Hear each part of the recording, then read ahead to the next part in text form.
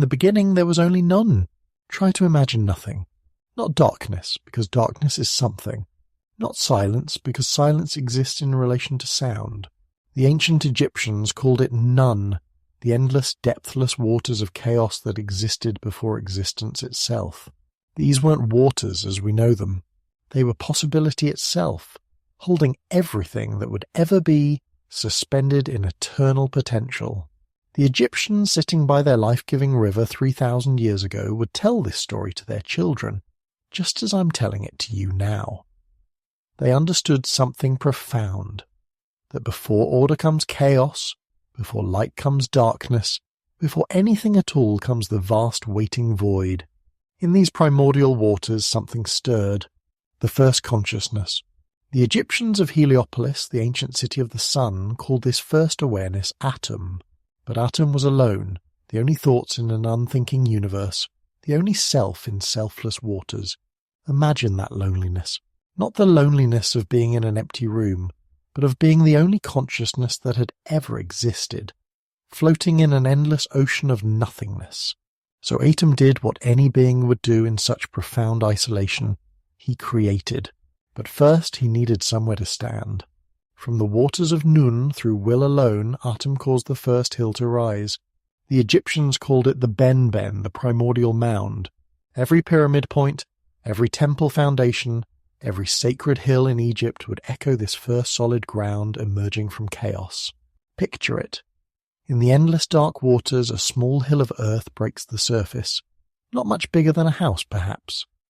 But it was everything. The first place, the first geography, the first here instead of everywhere. And on this hill, Atum stood alone under a sky that had never known stars. Now the priests of Memphis would interrupt me here. No, they'd say, you have it wrong. In the beginning was Ptah, the divine craftsman. He spoke the world into being with words of power. And they weren't wrong exactly. You see, the Egyptians understood that truth could wear many faces. In Memphis, they believed Ptah conceived the universe in his heart, which Egyptians believed was the seat of thought, and then spoke it into existence with his tongue. I am the eternal spirit, Ptah would say, and spirit existed. I am the waters of creation, and the primordial ocean took form. Every word was a piece of reality carved from nothing. The Memphite priests claimed their god created even Atum, speaking the sun god into being like everything else. It's a beautiful idea, isn't it? That the universe began with words, with language, with the divine power of naming things into existence. But wait, the priests of Hermopolis would shake their heads. Before any of that, they'd insist, were the 8. The Ogdod, they called them. 4 pairs of primordial deities who existed in the waters of chaos. Their names tell the story. Nun and Nauna were the primordial waters themselves, male and female principles of the cosmic ocean. Her and Hoet embodied infinity, endlessness stretching in all directions. Kek and Kokhet were darkness itself, the absolute absence of light. And Amun and Amunet were hiddenness, the invisible forces that would later shape the world. These 8 didn't create through loneliness like Atum or through words like Ptah. They simply were, swimming through the primordial darkness like cosmic frogs and serpents, their movement slowly churning possibility into probability, chaos into potential order. When they came together, their union created the cosmic egg from which the sun would finally be born. But let's return to Atum on his lonely hill, because his story carries the thread that runs through all Egyptian mythology. Standing alone on the first mound of earth, Atum knew he could not remain alone. The universe needed more than one. So through an act that the ancient texts describe delicately but clearly, Atum united with himself, with his own hand specifically. And from this divine act came the first twins, Shu, the god of air, and Tefnut, the goddess of moisture. Suddenly Atum was not alone. He wept with joy. And here's something beautiful the Egyptians believed. Those tears of the first god, falling onto the first earth, became the first humans. We are, quite literally, the tears of God's joy at no longer being alone. Every time you cry from happiness, you echo that first divine emotion. Shu and Tefnut explored this new world their father had begun. But in those early days the universe was still small and dark. The twins wandered too far into the waters of Nun and became lost. Etum, desperate, plucked out his own eye and sent it searching for his children. The eye blazed through the darkness until it found them and brought them home. When the eye returned with the lost twins, it found that Asum had grown another eye in its place. The first eye raged with jealousy, wouldn't you? It had gone on this dangerous mission only to be replaced. To appease it, Atum transformed the eye into the first cobra, the Uraeus, and placed it on his brow where it would forever protect him and his descendants. Every pharaoh's crown would bear this cobra, the protector eye that had saved the first children. Shu and Tefnut had their own children, Geb, the earth, and Nut, the sky. Picture them as the Egyptians did. Geb lying green and fertile, mountains as his knees, valleys as his chest. Above him, Nut arched her star-covered body, her fingertips and toes just touching the horizons. But Geb and Nut loved each other too much. They clung together so tightly that there was no space between earth and sky for anything to exist. Their father Shu had to intervene. Every day, forever, Shu stands between them, holding up the sky goddess, keeping the lovers apart so that life can flourish in the space between. When you feel the wind, that's Shu still doing his eternal job. When you see the sky so far above, that's Shu's strength holding it there. The Egyptians saw the whole universe as a family drama playing out on a cosmic scale. Now we come to Ra, and hear the stories weave together like the braided channels of the Nile. Some say Ra was another name for Atum when he emerged from the cosmic egg. Others say Ra was born from the union of the Ogdoad. Still others claim he was always there, waiting in the waters. What matters is that Ra became the sun, and with the sun came the first day. Imagine that first sunrise. After eons of darkness, light breaks across the primordial waters. Ra rises in his solar boat, beginning the journey he would make every day for eternity, sailing across Nut's body from east to west, then travelling through the underworld to be reborn each dawn. The Egyptians would watch the sunrise every morning and know they were seeing the same sight that ended the universe's first night. Ra's daily journey wasn't peaceful. As he sailed through the sky, he aged, a young god at dawn, strong at noon, old and red by sunset. And in the underworld, the cosmic serpent Apophis waited, trying every night to devour the sun and return the universe to primordial chaos. Every sunset was a death. Every sunrise was a resurrection. Every single day was a victory of order over chaos, light over darkness, existence over void. But Ra had a secret that made him vulnerable, and this is where we meet Isis, the cleverest of goddesses. Every Egyptian child knew this story, and they'd lean in close when their parents told it, just as you might be doing now. Ra had a secret name, his true name, which contained all his power. He kept it hidden deep in his heart, telling no one, not even the other gods. But Isis, goddess of magic and wisdom, wanted that power. She watched Ra grow old each day, noticed how he drooled a bit as elderly gods do. So she collected his saliva where it fell on the earth, mixed it with clay, and formed a serpent. Not just any serpent, one made from Ra's own essence, which meant it could harm him. She placed the serpent on Ra's daily path. When the sun god passed, it struck, injecting him with venom. Ra cried out in pain and confusion. How could he be poisoned by something made from himself? The gods gathered around trying to help, but nothing worked. The poison burned through his divine veins like liquid fire. Isis appeared, all concern and sympathy. "Great Ra," she said, "I can heal you with my magic, but I need to know your true name to make the spell work." Ra, in agony, tried to avoid telling her. "I am the maker of heaven and earth," he groaned. "I am the establisher of mountains. I am the creator of the waters. I am the maker of the secrets of the two horizons." "Those are your titles," Isis said patiently, "not your name."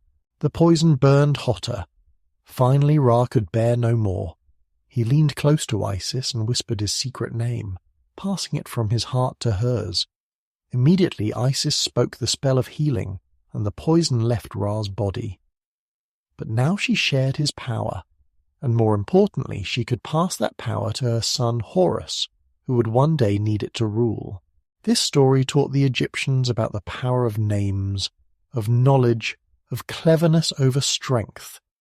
Isis didn't battle Ra, she outwitted him. And Ra, even diminished, continued his daily journey. The universe needed the sun more than it needed Ra's pride.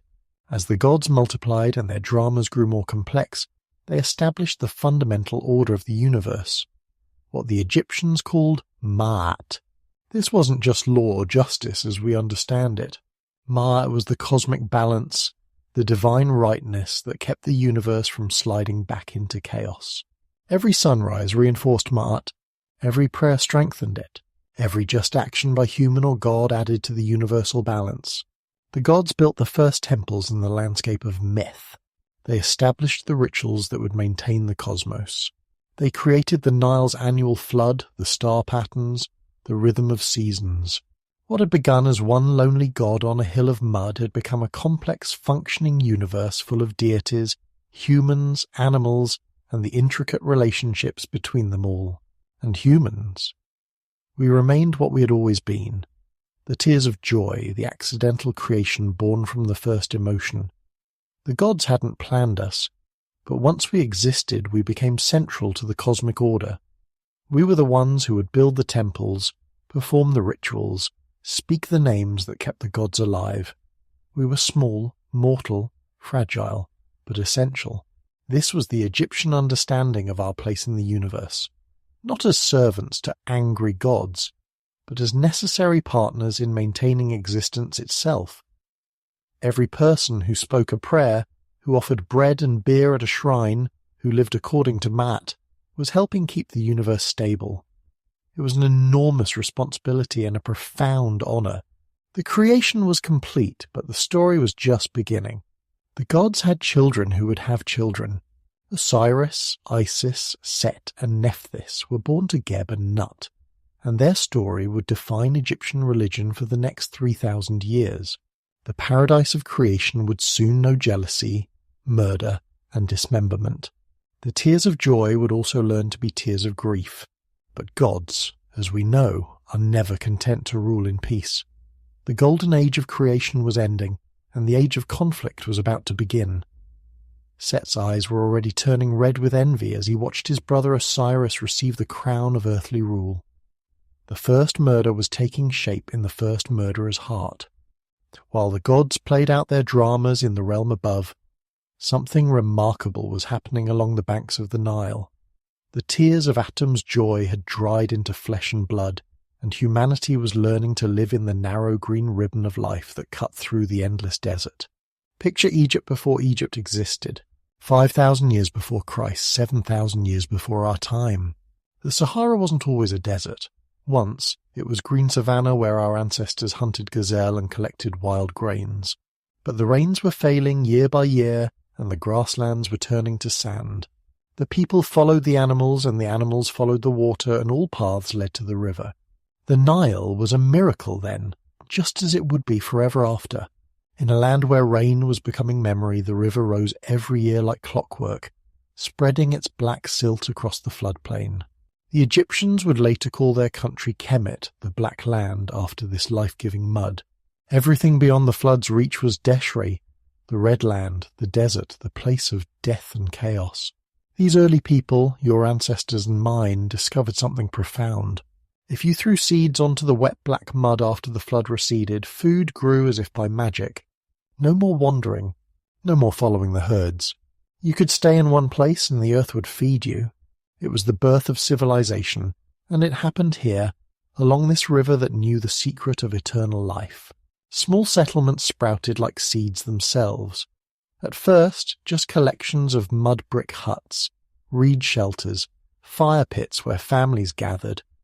But already these people were distinctly Egyptian in their obsessions. We know this because of what they buried with their dead. You see, from the very beginning, Egyptians couldn't accept that death was the end. In graves dating back 6,000 years, we find bodies carefully positioned facing west toward the setting sun.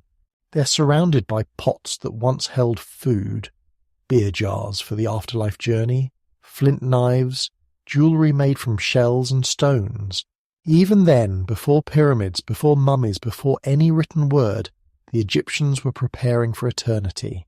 In one remarkable grave from this time, archaeologists found a body covered in a woven mat, with ivory combs still lying near what had been elaborately braided hair. Think about that. 6,000 years ago, someone loved this person enough to ensure they would be beautiful in the afterlife. The impulse that would one day build the pyramids was already there, in that simple act of placing a comb in a grave. As centuries passed, these settlements grew into two distinct cultures. In the south, where the Nile ran through narrow valleys between red cliffs, the people wore white crowns and worshipped the vulture goddess Nekhbet. This was Upper Egypt. Upper because the Nile flows north, so south is upriver. Their capital was Nikon, which the Greeks would later call Hierakonpolis, the city of hawks. In the north, where the river spread into a vast delta before reaching the Mediterranean, the people wore red crowns and followed the cobra goddess Wadjet. This was Lower Egypt, the land of papyrus marshes and fishing villages. Their capital was Pi, which would later merge with Dep to become Buto. 2 lands, 2 crowns, 2 guardian goddesses, but they shared the river, and gradually they began to share more. Pottery styles spread from one region to another. Gods travelled along with trade goods, and always they buried their dead with care and surrounded them with provisions for the journey ahead. The graves grew more elaborate as society stratified. By 3500 BCE, some tombs were small palaces for the dead, with separate chambers for food storage, weapons, treasures. In one extraordinary burial at Hierakonpolis, archaeologists found not just human bodies, but an entire menagerie. Baboons, leopards, even an elephant. Someone of immense power was buried there, someone who wanted to take an entire zoo into the afterlife. This was the age of the Scorpion Kings, rulers whose names come down to us only as pictures, whose deeds survive only in fragments and glimpses. We know them from marks on pottery, from crude labels on grave goods, from artwork that shows kings wearing the white crown of Upper Egypt and performing rituals we can barely understand. One of these shadow kings left us an extraordinary artifact, a ceremonial mace head showing a figure wearing the white crown, holding a hoe, opening an irrigation canal while a scorpion hovers near his face. Was Scorpion his name? His title? His patron deity? We don't know, but we can see him there, 4,000 years before Christ, already performing the ritual of opening the earth that pharaohs would repeat for millennia. Another mace head shows a king called Narmer, and here the shadows begin to lift. On one side he wears the white crown of Upper Egypt and strikes down an enemy. On the other side, and this is what makes historians' hearts race, he wears the red crown of Lower Egypt. 2 crowns, 1 king, the 2 lands were becoming one. The Narmer palette, found in the same temple, tells the story more completely. It's a piece of dark stone about 2 feet tall, carved on both sides with images that speak across 5,000 years. On one side, Narmer raises a mace to crush the skull of a kneeling enemy, while the hawk god Horus holds a rope through the nose of another captive, the symbolism brutal and clear. On the other side, Narmer inspects rows of decapitated enemies, their heads neatly placed between their feet. But was Narmer the first true king of unified Egypt? Or was it Menes, mentioned in later king lists? Or were they the same person under different names? The Egyptians themselves, writing 2,000 years later, weren't entirely sure. The truth is lost in those pre-dynastic shadows, in that twilight between myth and history. What we do know is that someone, around 3100 BCE, united the 2 lands through a combination of conquest and marriage, force and diplomacy. The white crown and red crown were combined into the double crown. The vulture and cobra became twin protectors on the royal brow. Upper and Lower Egypt were wed like Geb and Nut, and from their union the pharaonic age was born. The first capital of unified Egypt was established at Memphis, strategically placed at the junction between Upper and Lower Egypt, where the Nile Valley meets the delta. The Egyptians called it Ineb Hedge, the White Walls. Legend says Menes founded it after diverting the Nile itself, creating dry land where water had flowed. Even at the beginning, Egyptian kings were reshaping the physical world to match their vision. But perhaps the most profound revolution of this period wasn't political, it was intellectual. Somewhere in these pre-dynastic shadows, writing was born. It didn't happen overnight. First came ownership marks, simple pictures on pots indicating who they belonged to. A falcon meant one thing, a scorpion another. Then came labels for grave goods, combining pictures to indicate not just ownership but contents, origin, purpose. A jar of oil from the delta might show a plant, wavy lines for oil, and a triangle for the delta region. Gradually these pictures became more abstract, more systematic. The breakthrough came when someone realized that pictures could represent not just things but sounds. The Egyptian word for house was pur, so the picture of a house could represent that sound. In other words, it was the birth of phonetic writing, and it would change everything. The Egyptians understood immediately that writing was divine. Thoth, the ibis-headed god of wisdom, had given humanity this gift, they said. He was the scribe of the gods, recording their words, keeping the accounts of human deeds that would be weighed in the afterlife. Every scribe would pour out a drop of water for Thoth before beginning work, acknowledging the sacred nature of their craft. With writing came the possibility of history, of law, of literature, of letters to the living and the dead. The earliest surviving Egyptian sentence, scratched on a pot from about 3000 BCE, reads, "He has united the two lands for his son, the king of Upper and Lower Egypt, Per-Ibsen." In those simple words we see the birth of recorded history. Writing transformed burial practices too. Now, not just objects, but words could accompany the dead. Names could be preserved forever, and for Egyptians who believed that to speak someone's name was to make them live again, this was true immortality. Spells could be written to protect the deceased, to guide them through the underworld, to ensure their resurrection. The invention of hieroglyphs, sacred carvings as the Greeks would later call them, created a new class of people, scribes. In a world where perhaps 1 in 100 could read and write, scribes were the bridge between the human and divine, the mortal and eternal. They were priests, administrators, poets, and magicians all in one. A scribe's tools were sacred objects. The palette with its 2 wells for black and red ink, the brushes made from chewed reeds, the papyrus that gave the writer a smooth surface unlike anything the world had seen. When archaeologists find a scribal kit in a tomb, they know they found someone who wielded power through words rather than weapons. By the end of the pre-dynastic period, all the essential elements of Egyptian civilization were in place. The 2 lands were one. The gods had their temples and their servants. The dead had their eternal homes and the spells to guide them. Kings wore crowns that touched the sky and commanded the flood. Writing had given humanity the power to speak across time. From those first settlements along the Nile to the establishment of the unified kingdom took perhaps 2,000 years, a span of time as long as that from Christ to our own day. It was a slow dawn, but when the sun finally rose on dynastic Egypt, it illuminated a civilization that would endure for the next 3 millennia. The shadows were lifting. The age of gods walking the earth was ending, and the age of god-kings was beginning. In Memphis, a king sat on a throne that united heaven and earth, and scribes were learning to carve his name in stone. That name would be remembered forever, they believed. They were right. But first, someone had to build something worthy of forever. Someone had to take the simple mastaba tombs of the early kings and reach for the sky. Someone had to look at a hill and see a stairway to heaven. The first pharaoh to wear both crowns understood that uniting 2 lands was only the beginning. Mens, as later scribes would call him, faced a challenge that no ruler before him had ever confronted. How do you govern a kingdom that stretches for nearly 700 miles along a single river? How do you make farmers in the delta and herders in the southern valleys all acknowledge one king?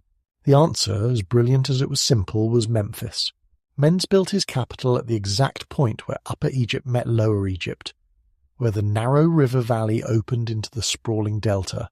The city's name meant the White Walls, and you can picture them gleaming in the desert sun, massive limestone ramparts that could be seen for miles, announcing to every traveller that something new had come into the world. But Memphis was more than strategic positioning. It was a statement written in stone. Here stands the place where two becomes one, where the red crown and white crown are forever joined, where the pharaoh dwells as living God on earth. From Memphis, a single will could reach both the Mediterranean fishermen and the Nubian gold miners. From Memphis, the voice of divine order could speak to every village and town. The early pharaohs who ruled from this white-walled city were unlike any kings before them.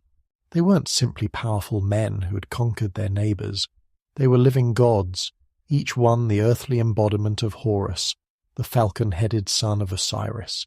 When a pharaoh died, he became Osiris himself, ruler of the underworld, while his successor took on the mantle of Horus. It was an endless cycle of divine incarnation that would continue for 3,000 years. These first dynasties established customs that seem almost unimaginably alien to us today. When Pharaoh died, he didn't journey to the afterlife alone.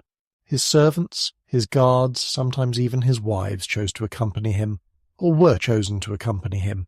Archaeologists have found royal tombs surrounded by smaller graves, dozens of them, arranged like a court frozen in death.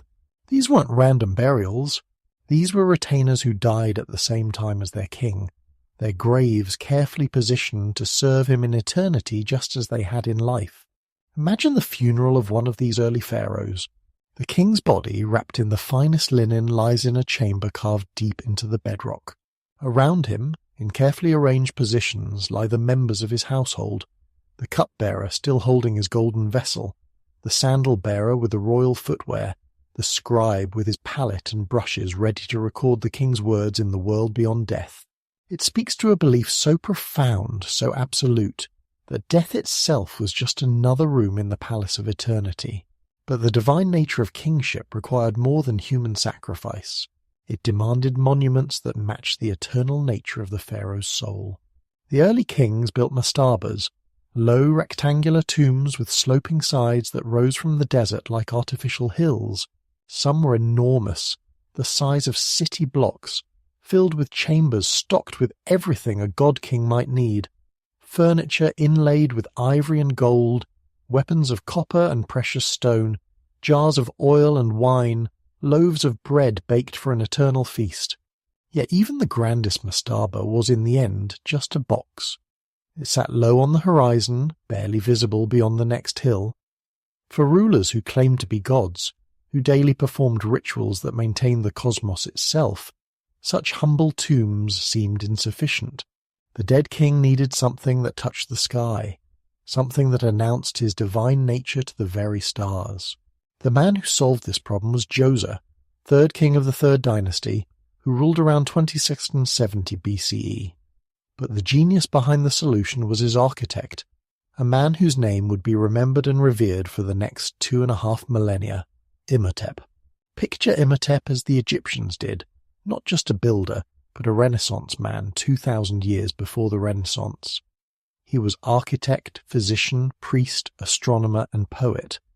Later generations would worship him as a god of healing. The Greeks would identify him with their Asclepius. But to Djoser, he was simply the man who could build the impossible. Imhotep's first inspiration was elegant in its simplicity. What if we stacked mastabas on top of each other? Start with a traditional tomb, then add a smaller one on top, then another, then another. The step pyramid at Saqqara was born from this vision. Not a smooth-sided monument like those that would come later, but a giant staircase rising 200 feet into the desert sky. The Egyptians called it a house of eternity, and they meant it literally. Carved beneath the pyramid were nearly 4 miles of corridors, chambers, and rooms, an entire palace hewn from the living rock. Here were Djoser's throne room, his bedroom, his private chapel, his treasury.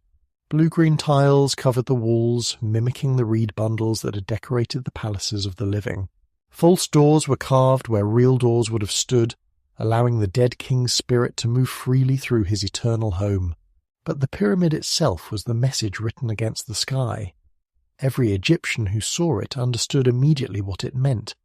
Here was the primordial mound, the first hill that rose from the waters of chaos, but magnified beyond all earthly scale. Here was the stairway by which the dead king would climb to join Ra in his solar boat. Here was architecture as theology, stone transformed into prayer. The step pyramid wasn't built in a day or a year. For nearly 2 decades, thousands of workers quarried limestone, hauled massive blocks, carved intricate reliefs. They built ramps and sledges, developed new techniques for lifting stone, created the world's first large-scale construction project.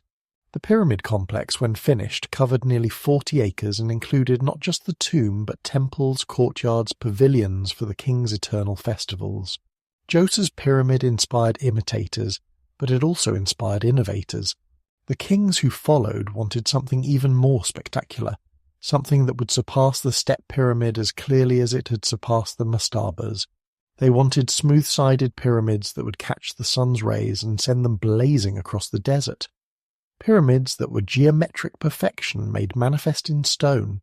The first king to attempt a true pyramid was Sneferu, founder of the 4th dynasty and father of Khufu. Sneferu was perhaps history's greatest architectural experimenter, a pharaoh who treated pyramid building like a science requiring hypothesis, testing, and refinement. His first attempt at Meidum began as a step pyramid but was later converted to smooth sides.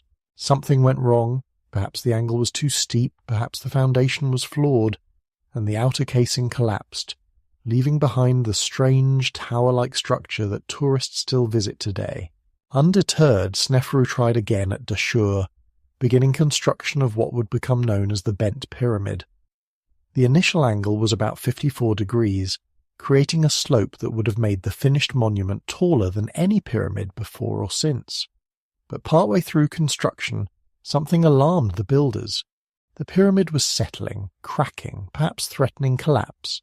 So they changed the angle to a gentler 43 degrees, giving the pyramid its distinctive bent profile that looks like a mountain that suddenly became modest. Sneferu still wasn't satisfied. Just to the north he began a third pyramid, this one built from the start at the safer angle. The Red Pyramid, so called for the reddish limestone of its core, was Egypt's first successful true pyramid. At over 340 feet high, it dominated the horizon for miles. Sneferu had finally cracked the code of pyramid construction, and he passed that knowledge to his son.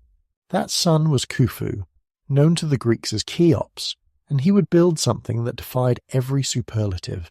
The Great Pyramid of Giza wasn't just the largest pyramid ever built, it was the largest building of any kind that humans would construct for the next 4,000 years.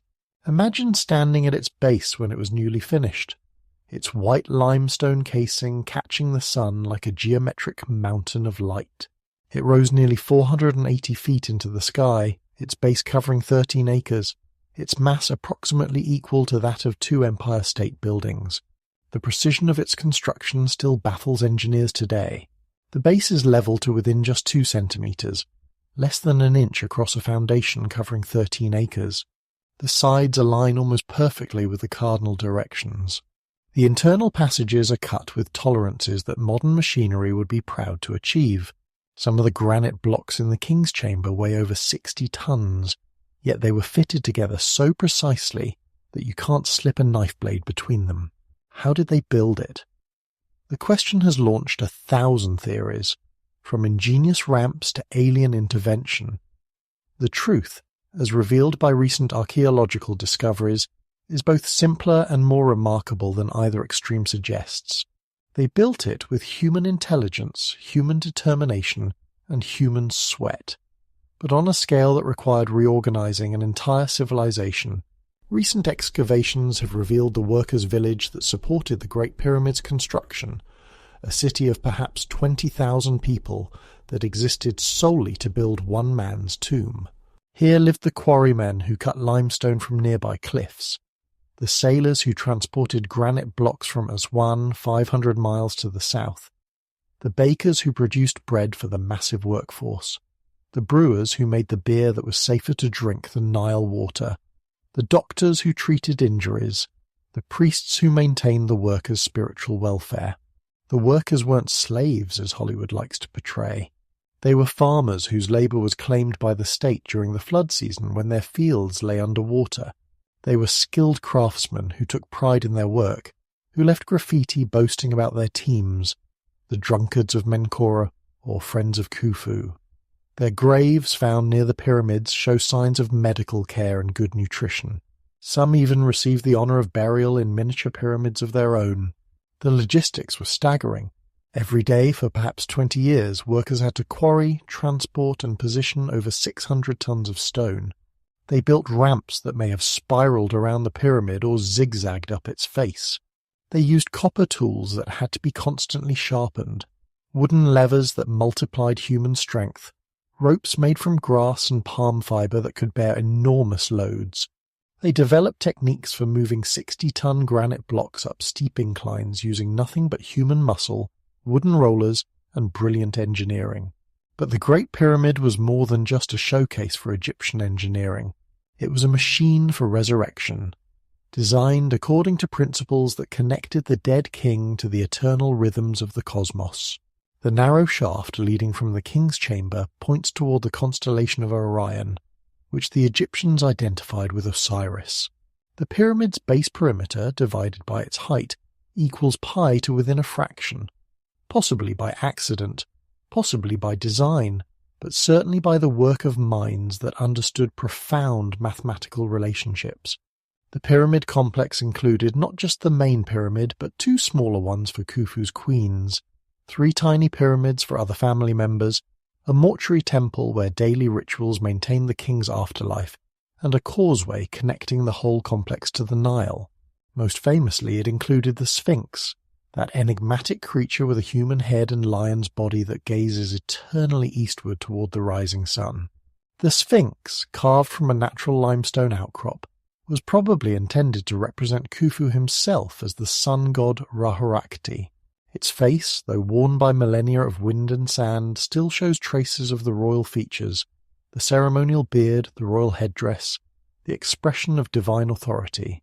For over 4,000 years it has kept its silent vigil, watching the sun rise over the desert, a reminder that some human achievements truly are eternal. Khufu's successors tried to match his achievement. His son Djedefre began a pyramid further north but never finished it. His other son, Khafre, built the second pyramid at Giza, nearly as large as his father's, though an optical illusion makes it appear larger because it sits on higher ground.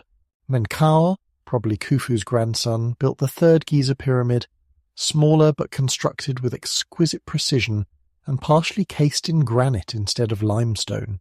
These pyramid builders of the 4th dynasty represented divine kingship at its absolute zenith. The pharaoh wasn't just a ruler. He was the living god Horus, the son of Ra, the one who maintained Maat and kept the universe in balance. His word was literally divine law. His pyramid was the axis around which the cosmos turned. His death and resurrection ensured that the sun would continue to rise, and the Nile would continue to flood. The king's divinity was supported by an elaborate court ritual that governed every moment of his existence. He was awakened by hymns, bathed with water from sacred springs, dressed in linen woven by temple virgins. When he ate, it was a sacrament. When he spoke, it was prophecy. When he walked, the ground he touched became holy. Even his waste was collected and buried with sacred ceremonies, for every part of a god's body partook of divinity. This divine status was reinforced by the pyramid texts, the oldest religious writings known to humanity, carved into the walls of pyramids beginning in the reign of Unas, last king of the 5th dynasty. These texts, written in hieroglyphs that still seem to pulse with divine power, contained spells to ensure the king's resurrection, his journey through the underworld, his transformation into a star in the imperishable realm of the gods. Listen to one of these ancient spells carved in stone over 4,000 years ago. O king, you are this great star, the companion of Orion, who traverses the sky with Orion, who navigates the underworld with Osiris. You ascend from the east of the sky, being renewed in your due season and rejuvenated in your due time. The language is formulaic, repetitive, hypnotic, designed to be recited aloud, to create the reality it describes through the power of divine speech. These weren't just prayers. They were instruction manuals for achieving immortality, detailed guides to the geography of the afterlife, magical formulas that could transform death into eternal life. but gradually something remarkable began to happen. The afterlife, once the exclusive domain of god-kings, started to democratize. The pyramid text spoke of Osiris, the god who had died and been reborn, and every Egyptian began to wonder, if Osiris could resurrect, if the pharaoh could achieve eternal life, why not ordinary people too? By the end of the Old Kingdom, wealthy nobles were building elaborate tombs and filling them with grave goods. They were commissioning their own versions of the royal funerary texts, adapting the spells that once belonged only to pharaohs. Death, which had once been the exclusive province of gods and god-kings, was becoming a democratic experience. Everyone could aspire to resurrection, to an afterlife of feasting and joy, to reunion with loved ones in the field of reeds where the grain grew shoulder-high and the harvest never failed. This wasn't revolution, it was evolution. The divine nature of kingship remained intact, but it expanded to touch all humanity. The pharaoh was still the living god, but now every Egyptian could hope to share in the divine nature after death. The pyramid, which had begun as a stairway to heaven for one man, had become a symbol of hope for an entire civilization. The Great Pyramids still rose from the Giza Plateau, their limestone casing stones now mostly stripped away but their massive cores still defying time and weather. They had achieved what their builders intended. They had made the temporary eternal transformed human ambition into geometric perfection, created monuments that would endure as long as the stars themselves. But even pyramids cannot hold back chaos forever. The old kingdom that built them was beginning to strain under its own weight. The cost of eternal monuments was draining the treasury. Climate change was disrupting the Nile's floods.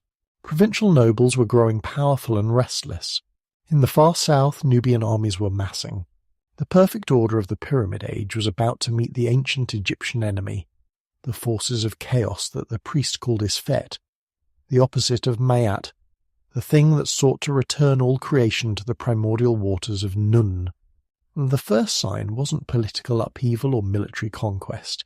It was something far more elemental, far more terrifying to a civilization built along a single river. The Nile began to fail. Around 2200 BCE, the same time that cities across the ancient world were collapsing from Mesopotamia to the Indus Valley, Egypt experienced what climatologists now call the 4.2 kilo-year event, a period of severe aridification that lasted for centuries. The monsoons that fed the Nile's tributaries in the Ethiopian highlands weakened and shifted. The annual flood, that divine gift that had sustained Egyptian civilization for 1,000 years, began to arrive late, weak, or sometimes not at all. Imagine what this meant to people who had never known hunger, who had taken abundance for granted. The Nilometers, the stone gauges that measured the flood's height, recorded catastrophically low levels year after year. Instead of the rich black silt that renewed the farmland, the receding waters left only cracked earth and withered plants. Granaries that had overflowed for generations stood empty. The bread that was the foundation of Egyptian life became precious as gold. The pharaoh's authority rested on a simple compact. He maintained Mayat, cosmic order, and in return the gods sent the flood. When the flood failed, the people began to whisper that the king had failed too. How could he be a living god if he couldn't even make the river rise? How could he maintain the balance of the universe when his own people were starving? In the provinces, far from the white walls of Memphis, local governors called nomarchs began to act independently. These men controlled Egypt's nomes, administrative districts that stretched back to pre-dynastic times. For centuries, they had been loyal servants of the pharaoh, collecting taxes, maintaining order, ensuring that grain flowed north to the capital. But when the floods failed and the pharaoh's authority weakened, they began keeping the grain for their own people. It started as necessity, provincial officials hoarding supplies to feed their regions during the lean years. But necessity became ambition. Why should they send tribute to Memphis when their own people were suffering? Why acknowledge a distant pharaoh who couldn't control the most basic force in Egyptian life? One by one, the nomes stopped sending tax revenue north. The central government, already strained by feeding a capital city during famine years, began to collapse. The last pharaohs of the 6th dynasty ruled over an Egypt that existed mainly on papyrus. Their names were still carved in stone, their titles still proclaimed divine authority, but their actual power barely extended beyond Memphis. In the provinces, nomarchs built armies, declared independence, and began fighting among themselves for control of Egypt's diminishing resources. The scribes of this period left us documents that chill the heart, texts known as the Lamentations, written by men who watched their ordered world dissolve into chaos. One text, traditionally attributed to a sage named Ipuwer, describes Egypt turned upside down. The land turns around as does a potter's wheel. The robber is now the possessor of riches. Servants take what they can find. Gold and lapis lazuli, silver and malachite, carnelian and bronze are fastened on the neck of female slaves. Another lamentation speaks of social revolution with horror. Behold, the nobles' ladies are now on rafts. Behold, he who had no yoke of oxen is now possessor of a herd. The poor man has attained to the state of the 9 gods. To the scribe who wrote these words, the idea that poor people might aspire to wealth and status was apocalyptic, a sign that the natural order had completely broken down. The most haunting of these texts is the dialogue of a man with his soul, where a desperate man contemplates suicide while his own soul argues against it. Death is before me today, the man says, like the recovery of a sick man, like going forth into a garden after sickness. Death is before me today, like the odour of myrrh, like sitting under the sail on a windy day. Here is depression and despair written 4,000 years ago, yet still recognisable to anyone who has faced the darkness of hopelessness. But Egypt's collapse wasn't complete or uniform. 2 centres of power emerged from the chaos, and their rivalry would reshape Egyptian civilization. In the north, the city of Heracleopolis became the seat of kings who claimed to rule all Egypt, but actually controlled only the delta and the approaches to Memphis. In the south, the ancient city of Thebes, then just a provincial town that most Egyptians had barely heard of, began to assert its own claims to pharaonic authority. The kings of Heracleopolis had legitimacy on their side. They controlled the traditional capital region and could claim descent from the great pharaohs of the Pyramid Age. But the Theban kings had something perhaps more valuable. They controlled Upper Egypt's gold mines and its trade routes to Nubia. Gold bought loyalty, equipped armies, and financed the long struggle that would eventually reunite Egypt. For over a century, these 2 kingdoms fought an intermittent civil war that raged up and down the Nile. Sometimes the fighting was open warfare, with armies clashing for control of strategic cities. More often, it was a war of raid and counter-raid, siege and blockade, negotiation and betrayal. The Nile, which had always been Egypt's highway of unity, became its front line of division. Remarkably, this period of political chaos produced some of Egypt's greatest literature. Perhaps because traditional certainties had collapsed, writers felt free to explore themes that would have been unthinkable during the Pyramid Age. The Instructions for Merikare, written by a Heracleopolitan king for his son, reveals a ruler haunted by uncertainty. Be skilled in speech so that you will succeed. The tongue of a man is his sword, and effective speech is stronger than all fighting. Even more revolutionary was the prophecy of Neferti, which tells of a sage who predicts Egypt's collapse and eventual restoration. The text openly acknowledges that pharaohs can fail, that divine kingship offers no guarantee against disaster, that even the gods sometimes seem absent from human affairs. These ideas would have been inconceivable during the age of pyramid builders, when pharaohs were unquestionably divine and their authority absolute. The most profound change, however, wasn't political or literary, it was religious. As central authority collapsed and local officials took power, religious practices that had once been exclusively royal began to spread. The afterlife, which had once belonged only to pharaohs and their immediate circles, started to democratize. During the Old Kingdom, ordinary Egyptians had hoped for little more after death than to serve their pharaoh in the afterlife, just as they had in life. The elaborate resurrection rituals, the journey through the underworld, the transformation into a divine being, these were privileges reserved for god-kings. But when pharaohs proved mortal, when divine kings died and stayed dead while their kingdoms crumbled, people began to wonder if they might achieve immortality through their own efforts. The god Osiris became central to this religious revolution. Osiris had been murdered by his jealous brother Set, dismembered and scattered across Egypt, then restored to life through the magic of his wife Isis and sister Nephthys.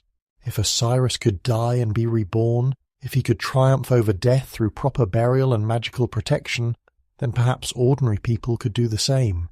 Local officials began inscribing their tomb walls with texts adapted from the royal pyramid texts, spells for protection in the afterlife, formulas for resurrection, maps of the underworld's geography. These coffin texts, painted on the wooden coffins of middle-class Egyptians, represented a dramatic democratization of eternal life. For the first time in human history, immortality was being offered not just to kings, but to anyone who could afford the proper funeral preparations. The coffin texts spoke directly to the deceased. "You shall go forth into the sky, you shall ascend to the gods, you shall go to the place where your father is, where Geb is." The language was still formulaic, still ritualistic, but the promise was universal. Any Egyptian, regardless of birth or status, could hope to become an Osiris after death, to share in the god's resurrection and eternal life. This wasn't atheism or revolution, it was evolution. The pharaoh remained divine, but his divinity was no longer unique. Every person contained a spark of the divine that could, with proper preparation and ritual protection, survive death and achieve eternal life. The pyramid, which had once been a stairway to heaven for one man, was becoming a metaphor for the spiritual journey that every soul could make. Mystery cults devoted to Osiris sprang up throughout Egypt. His story, death, dismemberment, and resurrection through love, spoke to people facing the collapse of everything they had known. If Osiris could triumph over chaos and death, if he could be justified against his enemies and restored to eternal life, then perhaps Egypt itself could be reborn from its current troubles. The cult of Isis, Osiris's wife and sister, grew alongside that of her husband. Isis represented divine motherhood, protective magic, and the power of love to overcome death. She was the great magician who had outwitted Ra, the devoted wife who had searched for her husband's scattered remains, the mother who had protected her infant son Horus in the marshes while raising him to reclaim his father's throne. In a world where traditional authorities had failed, Isis offered protection through personal devotion and magical knowledge. But perhaps the most revolutionary development was the spread of personal piety. The idea that individual Egyptians could have direct relationships with the gods without priestly intermediation. People began setting up small shrines in their homes, making offerings to Osiris or Isis or other deities who promised protection and aid. They wrote letters to dead relatives, asking for help with daily problems.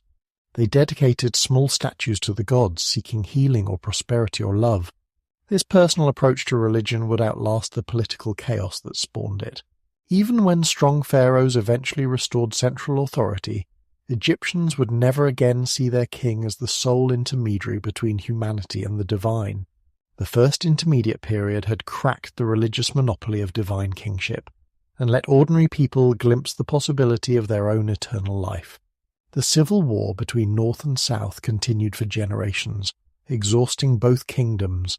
Cities changed hands repeatedly. Trade declined as merchants feared travelling through war zones. The great monuments of the Pyramid Age fell into disrepair, as resources that might have maintained them went instead to feed armies and build fortifications. Yet even as Egypt tore itself apart, the seeds of renewal were growing. In Thebes, a family of ambitious local rulers was building the military and administrative skills they would need to reunite the two lands. They called themselves kings, performed pharaonic rituals, and dreamed of restoration. They would need all their strength and cunning, for the task ahead seemed impossible: to heal a divided kingdom, restore a shattered economy, and convince a traumatized people that divine kingship could still maintain Maat in a chaotic world. The age of pyramids was ending, but the age of empire was being born in the crucible of civil war and religious revolution. The pharaohs who would eventually emerge from this chaos would rule differently than their old kingdom predecessors, more personally, more flexibly, more aware that even divine authority must prove itself through competent governance rather than monumental construction. The Nile still flowed north to the sea, carrying the silt that would eventually restore Egypt's fertility. The floods would return, stronger and more reliable than before, and when they did, they would find a transformed civilization, one that had learned that immortality belonged not just to kings, but to every soul brave enough to make the journey through death to eternal life. The restoration began not with grand proclamations or divine miracles, but with a single decisive battle fought somewhere in the desert between Heracleopolis and Thebes. The year was around 2040 BCE, and a Theban king named Nebuchadnezzar Mentuhotep II was about to change the course of Egyptian history forever. Picture this moment: two armies facing each other across the sand, the northern forces wearing the red crown of Lower Egypt, the southern troops loyal to the white crown of Upper Egypt. It was a scene that had played out dozens of times during the century of civil war, but this time would be different. When the dust settled and the wounded had been carried away, Egypt was whole again. Mentuhotep Tsabu had reunited the two lands, ending the chaos of the First Intermediate Period and founding what we now call the Middle Kingdom. But Mentuhotep II understood that military victory was only the beginning. You can conquer a kingdom with swords and spears, but you can only heal it with wisdom and patience.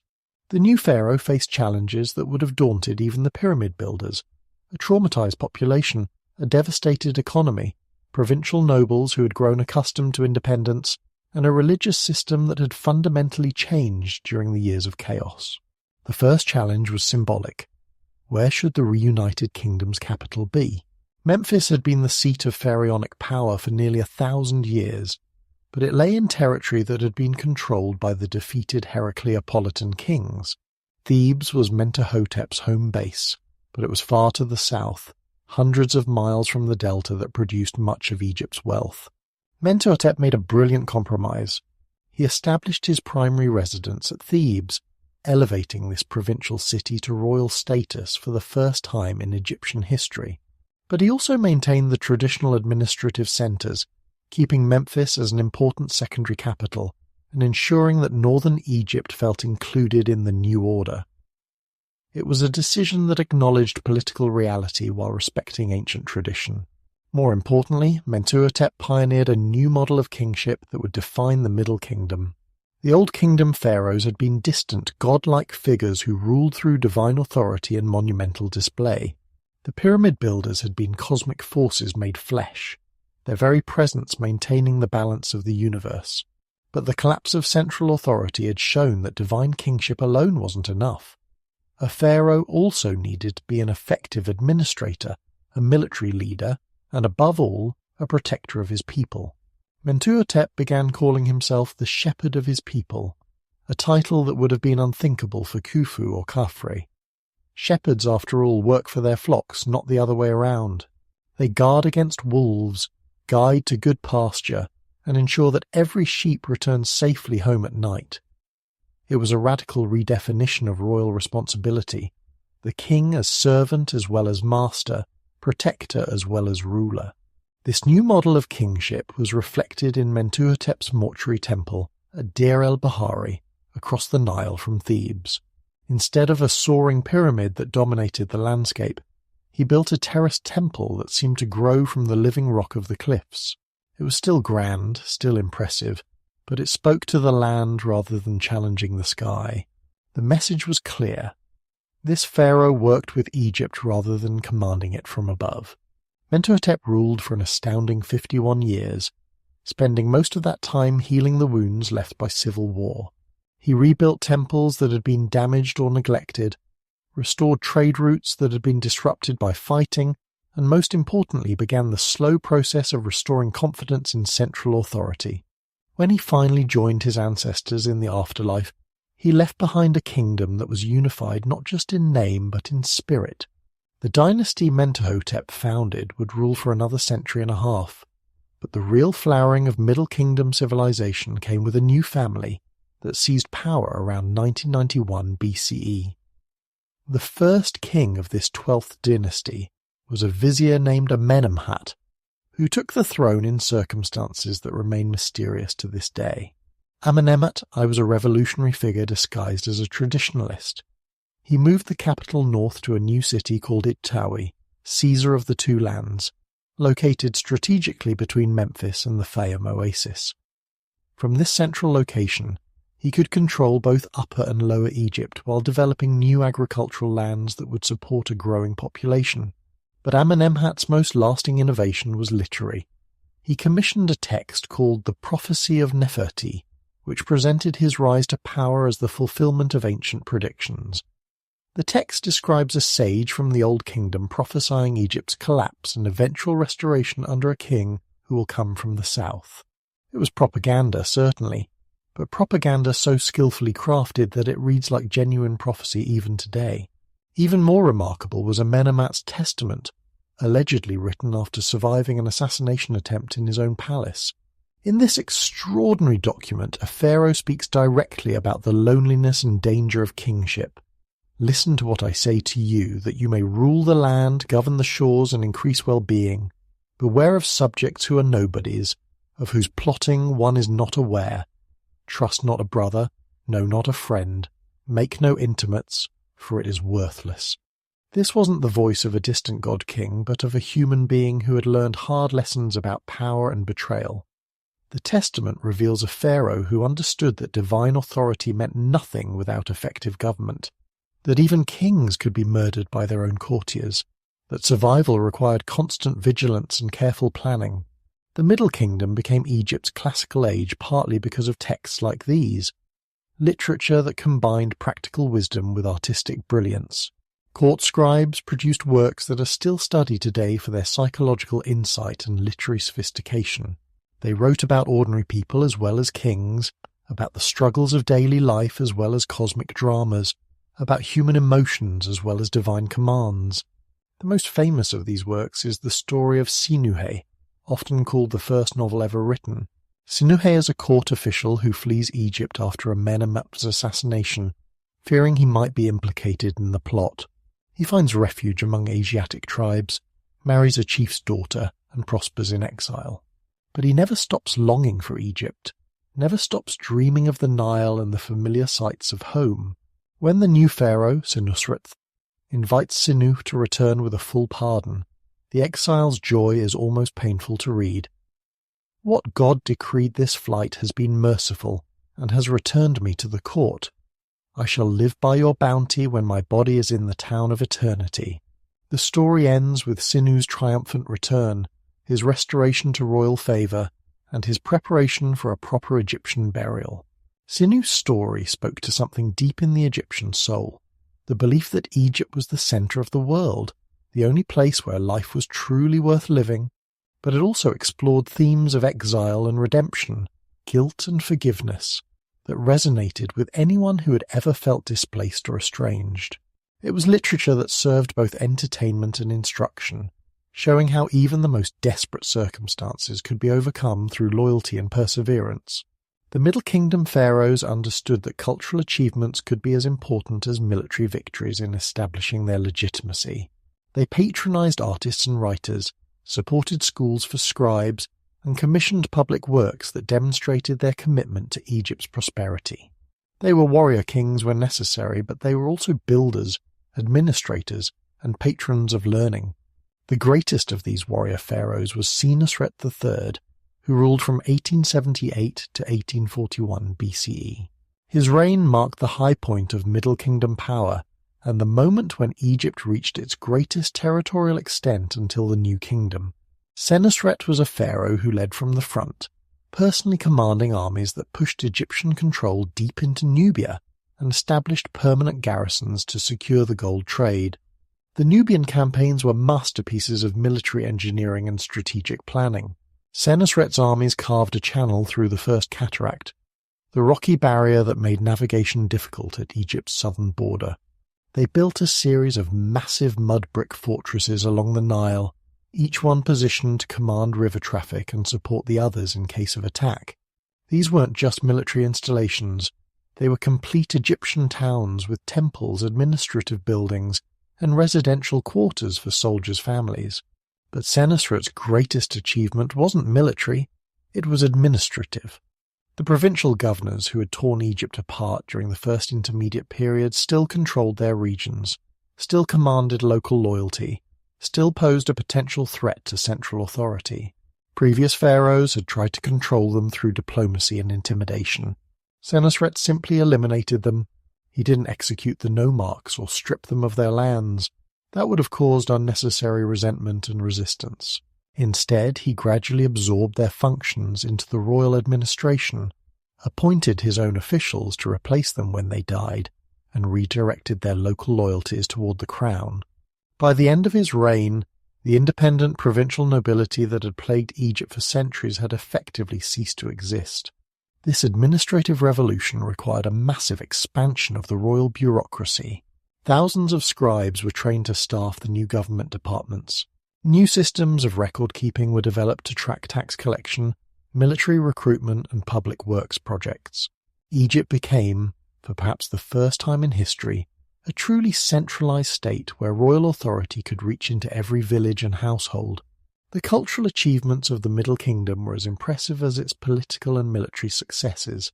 Egyptian mathematicians developed new techniques for calculating areas and volumes, essential skills for the massive irrigation projects that were transforming the landscape. The Rin Papyrus, dating from this period, shows sophisticated understanding of fractions, geometry, and algebraic problems. These weren't just abstract exercises. They were practical tools for engineers and architects. Medical knowledge advanced dramatically as well. The Edwin Smith Surgical Papyrus, probably based on Middle Kingdom sources, describes treatments for wounds and injuries with a precision that wouldn't be matched in Europe for another 2,000 years. Egyptian doctors could set broken bones, stitch wounds, and perform complex surgeries. They understood anatomy better than any physicians before the Renaissance. Perhaps the most ambitious project of the Middle Kingdom was the development of the Fayum Oasis, a natural depression southwest of Memphis that could be turned into productive farmland through careful water management. Senusret II and his successors invested enormous resources in digging canals, building dikes, and creating a controlled system that transformed marshland into Egypt's most productive agricultural region. The Fayum project wasn't just engineering, it was a statement of confidence in Egypt's future. These pharaohs were investing in infrastructure that would benefit their successors generations hence. They were thinking beyond their own reigns, beyond their own lifetimes, planning for an Egypt that would continue to prosper long after their names had been forgotten. The Middle Kingdom also saw the full democratization of the afterlife that had begun during the first intermediate period. The coffin texts, which had started as provincial adaptations of royal funerary literature, evolved into standardized collections that any Egyptian could purchase for their burial. Death was no longer the exclusive privilege of pharaohs. It was a journey that every soul could make, provided they had the proper equipment and knowledge. This religious democratization had profound social effects. If everyone could achieve eternal life through proper burial and ritual protection, then everyone's death mattered equally. The elaborate funerary preparations that had once been limited to royalty spread throughout Egyptian society. Local workshops specialized in producing coffins, amulets, canopic jars, and other burial equipment for middle-class customers. The cult of Osiris reached its full flowering during this period. Every major town had its temple to the Lord of the Underworld, and annual festivals reenacted his death and resurrection. Egyptians made pilgrimages to Abydos, Osiris's primary cult center, hoping to be buried near the god's legendary tomb, or at least to leave commemorative steles that would ensure their names were remembered in the holy city. The Middle Kingdom pharaohs presented themselves as the earthly representatives of Osiris, but they also emphasized their humanity. Royal statues from this period show kings with careworn faces, prominent ears, and other realistic features that would have been unthinkable during the idealized art of the Old Kingdom. These were pharaohs who wanted to be seen as wise, experienced rulers rather than distant gods. Trade flourished under the stable government and unified administration that the Middle Kingdom provided. Egyptian merchants traded with Palestine, Syria, and the Aegean Islands. Nubian gold flowed north in exchange for manufactured goods, grain, and luxury items. The great market at Memphis became one of the ancient world's commercial centers, where you could buy ivory from Africa, cedar from Lebanon, silver from Anatolia, and spices from mysterious lands far to the east. Art and literature continued to flourish throughout the Middle Kingdom period. The period produced some of Egypt's most beautiful jewellery, most sophisticated sculptures, and most emotionally resonant texts. These weren't just technical achievements. They were expressions of a civilization that had rediscovered confidence in itself and its future. By the end of the 12th dynasty, Egypt was arguably the most powerful and prosperous nation in the world. The pharaohs controlled territory from the Second Cataract deep in Nubia to the Mediterranean coast. The administration functioned smoothly, collecting taxes efficiently and maintaining order throughout the kingdom. Literature, art, and architecture flourished under royal patronage. The afterlife was available to all Egyptians, not just the royal elite. But success, as the Egyptians had learned before, could breed its own problems. The very prosperity of the Middle Kingdom attracted attention from less fortunate neighbours. In the Levant, groups of Asiatic peoples were being displaced by climate change and political upheaval. They looked south toward the rich delta with its green fields and prosperous cities, and they began to wonder whether Egypt's strength was as real as its reputation suggested. Yet from the north, strange kings were watching, foreign rulers with names like Seletis and Kian, who commanded new technologies of war and had learned to organize themselves in ways that could challenge even Egypt's mighty pharaohs. The age of Middle Kingdom prosperity was approaching its end, and the next great crisis in Egyptian history was already taking shape in the camps and councils of peoples who had never bowed to the double crown. These foreign rulers had names that sounded strange on Egyptian tongues: Seletis, Kian, Sakir-Ha, names that carried the cadences of distant lands. They came not as conquering hordes, as later Egyptian scribes would claim, but as something far more subtle and perhaps more dangerous, as neighbours who slowly, quietly became kings. The story of how Egypt lost control of itself for the first time in over 1,000 years isn't one of dramatic battles or sudden invasion. It's a story about what happens when a great civilization grows comfortable, when borders become porous, when the unthinkable gradually becomes inevitable. For centuries, people the Egyptians called Asiatics, Canaanites, Syrians, various Semitic-speaking peoples, had been trickling into the fertile delta. They came as traders, craftsmen, seasonal workers, refugees from famines or wars in their homelands. The port city of Avaris, founded during the Middle Kingdom as a commercial hub, welcomed them. Business was business, and these foreigners brought valuable goods, useful skills, and profitable connections to markets beyond Egypt's traditional reach. At first, no one paid much attention. A few thousand foreign workers in a kingdom of millions? A handful of prosperous merchants with strange gods and unfamiliar customs? The 13th dynasty pharaohs, ruling from their capital at Ichtawi, had bigger problems to worry about. Provincial rebellions, declining flood levels, the gradual weakening of central authority that seemed to plague every dynasty eventually. But in Avaris, something remarkable was happening. The foreign community wasn't just surviving, it was thriving. By around 1700 BCE, Canaanite-style houses dominated entire neighborhoods. Temples were built that followed architectural patterns from the Levant rather than Egyptian tradition. Most significantly, the immigrants were sending word back home. Come to Egypt, they said. There's opportunity here. There's land, there's trade, there's a future. What started as immigration became what we might recognize today as demographic transformation. By the mid-1600s BCE, Avaris had become essentially a Canaanite city that happened to be located in Egypt. Its rulers bore foreign names, worshipped foreign gods, and governed according to customs that owed more to Syria and Palestine than to Memphis or Thebes. The moment when these foreign rulers stopped being Egyptian subjects and became Egyptian kings is lost to history. There was no dramatic proclamation, no coronation ceremony that Egyptian scribes recorded for posterity. Instead, there was the gradual realization that when people in Avaris spoke of the king, they weren't talking about the pharaoh in Ichtawi. They were talking about someone much closer to home.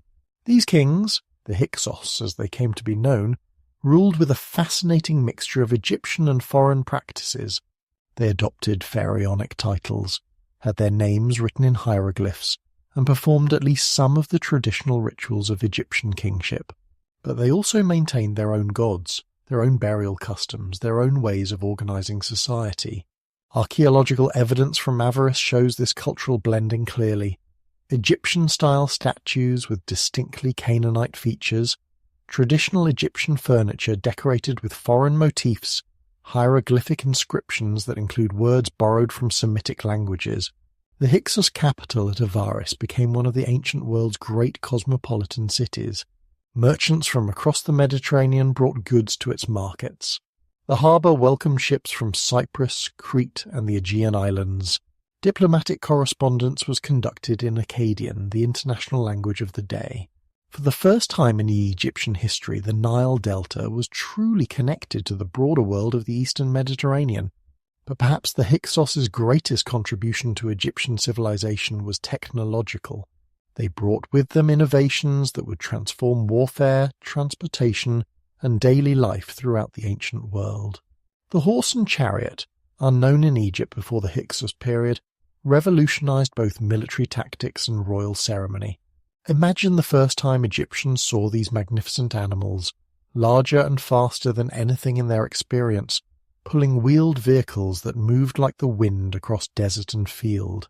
The composite bow, made of wood, horn, and sinew laminated together, could send arrows farther and with more force than any weapon Egyptians had previously known.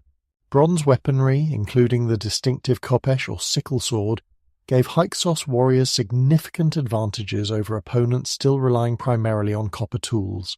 These weren't just military innovations. They were technologies that would spread throughout Egyptian society, changing everything from hunting to ceremonial display. The Hyksos also introduced new techniques in metallurgy, glassmaking, and textile production. They brought new breeds of sheep and cattle, new varieties of crops, new methods of irrigation and land management.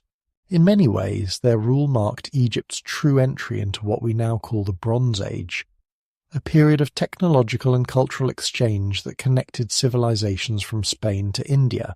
Perhaps most intriguingly, the Hyksos brought new religious ideas that would have profound long-term effects on Egyptian spirituality. They identified their chief god, Baal, with the Egyptian deity Set, the red-haired god of storms, the desert, and foreign lands. This wasn't merely syncretism. It was a theological revolution that elevated Set from a necessary but dangerous member of the pantheon to a position of supreme authority. Set worship had always existed in Egypt, but under Hyksos influence it took on new characteristics. The god became associated not just with chaos and the wild places beyond civilization, but with royal authority, military might, and dominion over foreign peoples.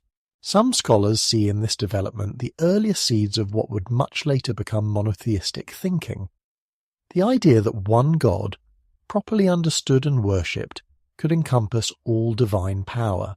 For over a century this arrangement worked surprisingly well. The Hyksos controlled Lower Egypt and parts of Middle Egypt, ruling from their cosmopolitan capital at Avaris. Native Egyptian dynasties maintained control of Upper Egypt, with their centre at Thebes. Trade flowed freely between north and south. The two systems coexisted, each controlling its own territory, each benefiting from the other's strengths. But this peaceful coexistence was always fragile, dependent on mutual benefit and the absence of ambitious leaders willing to upset the balance. In Thebes, a dynasty of warrior kings was slowly building the military and administrative capabilities that would eventually challenge Hyksos dominance. These Theban rulers saw themselves as the legitimate pharaohs of all Egypt, temporarily exiled from their northern territories, but destined to restore traditional rule. The spark that ignited the War of Liberation came, according to later Egyptian accounts, from an almost absurd diplomatic incident. Apepi, the Hyksos king, allegedly sent a message to Seqenenre-Ptah, the Theban ruler, complaining that the noise of hippopotamuses in sacred pools near Thebes was keeping him awake at night, despite the fact that Avaris lay hundreds of miles to the north. Whether this story is literally true or symbolic, it represents the kind of cultural misunderstanding that could escalate into military conflict. Hippopotamus hunting was a traditional royal prerogative in Egypt. a ritual activity that symbolized the pharaoh's victory over the forces of chaos. But to the Hyksos, who associated the hippopotamus with their version of Set, such hunting was deeply offensive. The message from Apepi may have been a genuine religious complaint, or it may have been a calculated insult designed to assert Hyksos authority over Theban religious practices. Seqenenreta's response was to prepare for war.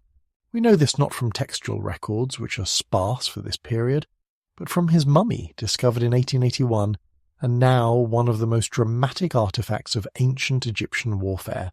The king's remains tell a story of violent death in battle. His skull bears multiple wounds from different types of weapons, including what appears to be a distinctive Hyksos battle axe. Forensic examination suggests he was struck down in hand-to-hand combat, fighting alongside his soldiers rather than commanding from safety. The wounds on Seqenenreta's head provide a visceral connection to this ancient conflict. One can imagine the chaos of battle, the clash of bronze weapons, the desperate struggle between two very different ways of understanding what Egypt should be. The king died fighting for the restoration of traditional Egyptian rule, but his sacrifice inspired others to continue the struggle. His son Kamose inherited both his father's throne and his war. Kamose's campaigns against the Hyksos are recorded on stelae erected at the Temple of Karnak, some of the most vivid military accounts from ancient Egypt. These texts reveal a king driven by both strategic necessity and passionate conviction that Egypt belonged to Egyptians, that foreign rule was an abomination that had to be ended regardless of the cost. "I would like to know what serves this strength of mine," Kamose declares in one inscription, "when a chief is in Avaris and another in Kush, and I sit associated with an Asiatic and a Nubian, each man in his slice of Egypt." The young king saw Egypt's division not just as a political problem but as a cosmic disorder that violated the fundamental principles of Ma'at. Kamose's strategy was bold and risky. Instead of gradually expanding Theban territory northward, he launched a direct attack on Avaris itself, sailing down the Nile with a fleet of warships and attempting to cut the Hyksos capital off from its trade routes. His forces used the same bronze weapons and composite bows that the Hyksos had introduced, turning their enemies' innovations against them. The campaign was initially successful. Kamose's forces captured several Hyksos strongholds and got close enough to Avaris to blockade the city. But the young king died after only 3 years on the throne, possibly in battle, possibly from disease, leaving the final expulsion of the Hyksos to his younger brother Ahmose. The Hyksos period, for all its political disruption, had transformed Egyptian civilization in fundamental ways. The foreigners had connected Egypt to the broader world of the Eastern Mediterranean, introduced technologies that would remain central to Egyptian military and civilian life for centuries, and demonstrated that the Nile Valley was not as isolated or invulnerable as its inhabitants had believed. More subtly, Hyksos rule had changed Egyptian thinking about divine kingship, royal authority, and Egypt's relationship with the outside world. The easy assumption that foreigners were inherently inferior, that Egypt was naturally supreme among nations, that the pharaoh's authority was automatically accepted by gods and humans alike. All of these beliefs had been challenged by the simple fact of foreign success in Egyptian territory. The religious innovations of the Hyksos period would echo through subsequent Egyptian history. The elevation of Set to supreme status, even briefly, introduced concepts of divine unity and absolute authority that would re-emerge centuries later in the monotheistic experiment of Akhenaten. The idea that foreign gods might be valid manifestations of divine power, that different peoples might approach the sacred through different but equally authentic pathways, would influence Egyptian theology long after the Hyksos themselves had been expelled. Trade networks established during the Hyksos period continued to operate under native Egyptian rule. Diplomatic relationships forged between Avaris and Eastern Mediterranean powers would be inherited and expanded by New Kingdom pharaohs. The cosmopolitan outlook that characterized Hyksos Avaris would be reflected in the international marriages, cultural exchanges, and imperial ambitions that defined Egypt's golden age. Even the military innovations that the Hyksos brought to Egypt — horses, chariots, bronze weapons, new tactical approaches to warfare — would become the foundation for New Kingdom military supremacy. Egyptian armies that had once been primarily defensive forces, capable of maintaining order within the kingdom but rarely venturing far beyond its borders, would be transformed into the most formidable military machine of the ancient world. The Hyksos had ruled Egypt for barely more than a century, but they had changed it forever. When Ahmose finally expelled the last Hyksos rulers from Avaris and reunited the two lands under native rule, he was becoming pharaoh of a very different Egypt than the one his Middle Kingdom predecessors had known. It was an Egypt that looked outward as well as inward, that understood both its own strength and its vulnerability, that was ready to become not just a kingdom but an empire. The age of foreign kings was ending, but the age of Egyptian empire was about to begin, and that empire would be built with Hyksos innovations, guided by lessons learned during the period of division, and driven by a determination that Egypt would never again be ruled by foreigners. The pharaohs who emerged from this crucible would not be content merely to govern the Nile Valley. They would carry Egyptian power to the ends of the known world, ensuring through conquest what they had failed to maintain through isolation.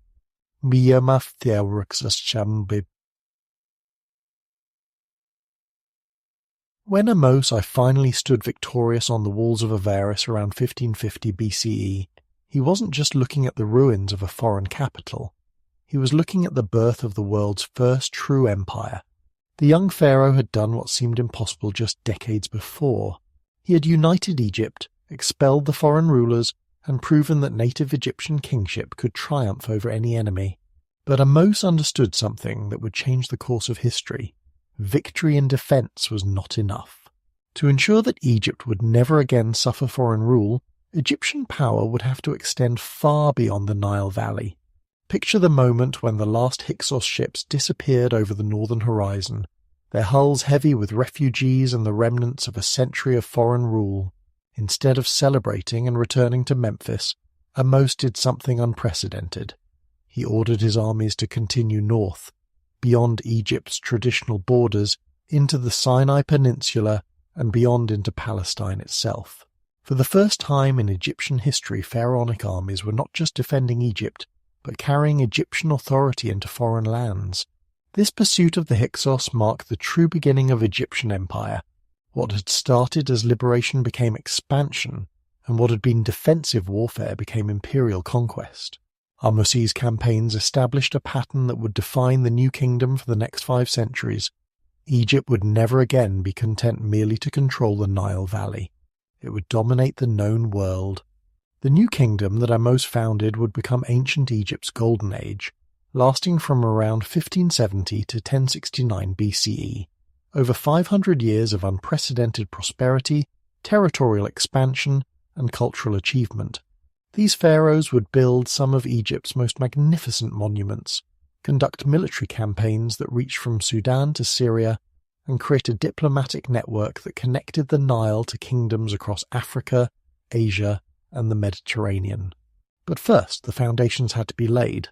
Ahmose moved the royal burial ground from the northern pyramid fields to a hidden valley west of Thebes, creating what we now call the Valley of the Kings. Here, carved deep into the limestone cliffs, the pharaohs would build tombs that reflected their understanding of the afterlife, while hiding their mummies from the tomb robbers who had plundered even the Great Pyramids. Thebes itself was transformed from a provincial city into the magnificent capital of an empire. The temple complex at Karnak, dedicated to the god Amun, began its growth from a modest shrine into the largest religious structure ever built, a complex that would eventually cover over 200 acres and take 15 centuries to complete. Every returning pharaoh would add to Karnak using wealth seized from conquered territories to glorify the god who had given them victory. Ahmose's son, Amenhotep II, consolidated these early gains and established the administrative systems that would govern Egypt's growing empire. But it was under the succeeding pharaohs, Thutmose I and III, that Egyptian imperial ambitions reached their full flowering. These were the warrior kings who would carry Egyptian power to the ends of the known world and establish Egypt as the ancient world's undisputed superpower. Thutmose I became the first pharaoh to cross the Euphrates River, that distant waterway that marked the edge of the civilized world. His armies marched through Palestine and Syria, accepting the surrender of city after city until they reached the great bend of the Euphrates near Carchemish. There, on the banks of Mesopotamia's life-giving river, Thutmose erected a victory stela that announced to all the world, "The Pharaoh of Egypt has arrived." But it was during the reign of his daughter-in-law that the new kingdom experienced something unprecedented. A woman who would rule as pharaoh for over 20 years and preside over one of Egypt's most prosperous and peaceful periods. Hatshepsut came to power as regent for her young stepson Thutmose III, but within a few years she'd claimed the pharaonic throne for herself. Hatshepsut's reign challenges everything we might assume about ancient attitudes toward female rulers. She wore the false beard of kingship, commissioned magnificent temples, and governed Egypt with such skill that the kingdom prospered as never before.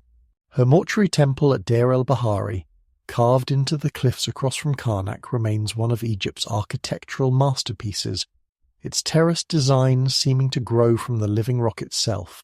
During Hatshepsut's reign, Egypt's wealth came not from conquest but from trade.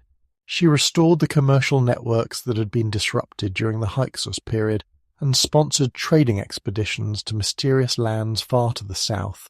The most famous of these ventures was the expedition to Punt, probably located in what is now Somalia or Ethiopia. The ships returned loaded with gold, ivory, ebony, live baboons, and most precious of all, incense trees that were transplanted to Egyptian soil.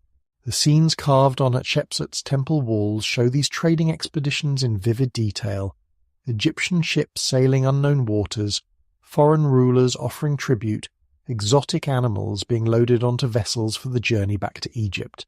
This wasn't conquest through warfare, but expansion through commerce, and it filled Egypt's treasuries while avoiding the costs and casualties of military campaigns. But when Hatshepsut died around 1458 BCE, her stepson, Thutmose III, was finally free to pursue the military career that had been delayed by 20 years of enforced peace. What followed was one of the most remarkable military careers in ancient history, a pharaoh who would earn the nickname the Napoleon of Egypt through campaigns that extended Egyptian power from Sudan to Syria. Thutmose III's first campaign targeted a coalition of Canaanite city-states that had formed during Hatshepsut's peaceful reign, hoping to throw off Egyptian authority while the pharaoh was distracted by trade rather than war. The coalition gathered at Megiddo, a fortress city that controlled the vital pass through the Carmel mountain range. In 1457 BCE, Egyptian and Canaanite armies met in what would become history's first recorded battle. The Battle of Megiddo was documented in extraordinary detail on the walls of Karnak Temple, giving us our first glimpse into ancient military strategy and tactics. Thutmose faced a tactical challenge. The enemy occupied strong positions on the heights above Megiddo, and there were 3 possible approaches through the mountain passes. His generals advised taking the longer but safer routes, but Thutmose chose the direct path through the narrowest and most dangerous pass. It was a brilliant gamble. The Canaanite forces, expecting the Egyptians to take the safer routes, were caught completely off guard when Thutmose's army emerged from the narrow defile directly in front of Megiddo. The battle itself was over quickly. The coalition army broke and fled into the city, leaving their camp and equipment to the Egyptians. The siege that followed lasted 7 months, but when Megiddo finally surrendered, 3 or 30 Canaanite princes submitted to Egyptian authority. Thutmose III would conduct at least 16 more campaigns over the next 20 years, each one extending Egyptian control deeper into foreign territory. His armies crossed the Euphrates multiple times, defeated the kingdom of Mitanni, and forced even the great powers of Mesopotamia, Babylon, Assyria, and the rising Hittite Empire, to acknowledge Egyptian supremacy. By the end of his reign, tribute flowed to Thebes from territories stretching from the fourth cataract of the Nile in Sudan to the shores of the Euphrates. The wealth generated by these conquests transformed Egypt beyond recognition. Thebes became a cosmopolitan city where you could hear a dozen languages in the markets, where foreign princes sent their sons to be educated alongside Egyptian nobles, where exotic goods from across the known world filled the warehouses along the Nile. The Temple of Amun at Karnak grew ever larger, as grateful pharaohs used foreign gold to honor the god who gave them victory. This imperial prosperity reached its zenith under Amenhotep III, who ruled from 1390 to 1352 BCE, during what many consider the high point of ancient Egyptian civilization. Amenhotep III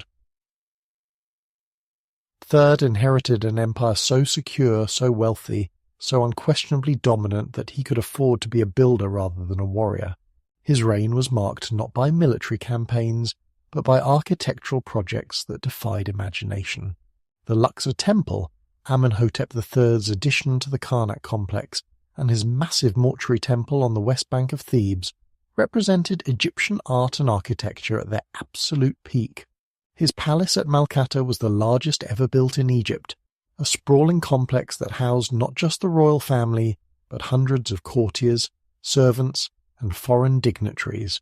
When archaeologists excavated the palace, they found wine jar labels indicating that guests were served vintages from royal vineyards across the empire, a detail that speaks to the sophistication and luxury of Amenhotep III's court. But this golden age of prosperity and power concealed growing tensions that would soon explode into the most radical religious revolution in Egyptian history. The wealth generated by empire had made the priesthood of Amun at Karnak almost as powerful as the pharaoh himself. The high priest of Amun controlled vast landholdings, commanded enormous revenues, and wielded influence that extended throughout Egypt's far-flung territories. Amenhotep III's son, who began his reign as Amenhotep IV, may have seen this priestly power as a threat to royal authority. 5 years into his reign, he announced a religious revolution that would shake the foundations of Egyptian civilization. He changed his name to Akhenaten, servant of the Aten, and declared that there was only one god worthy of worship, the Aten, represented as a solar disk whose rays ended in human hands offering the symbols of life. This wasn't simply religious reform, it was an attempt to completely restructure Egyptian society. Akhenaten moved the capital from Thebes to a virgin site in Middle Egypt, which he called Akhetaten, horizon of the Aten. Today we call it Amarna, and the period of Akhenaten's reign is known as the Amarna Revolution. For perhaps the first time in human history, a ruler attempted to impose monotheism, the worship of a single universal god, on an entire civilization. Akhenaten's queen, Nefertiti, was far more than just a royal wife. She appears in temple reliefs performing religious ceremonies alongside her husband, something unprecedented in Egyptian royal iconography. The famous bust of Nefertiti, discovered in an artist's workshop at Amarna, shows a woman of extraordinary beauty and unmistakable authority. This was clearly a partner in Akhenaten's revolutionary project, not merely a decorative consort. The art of the Amarna period broke every convention of traditional Egyptian style.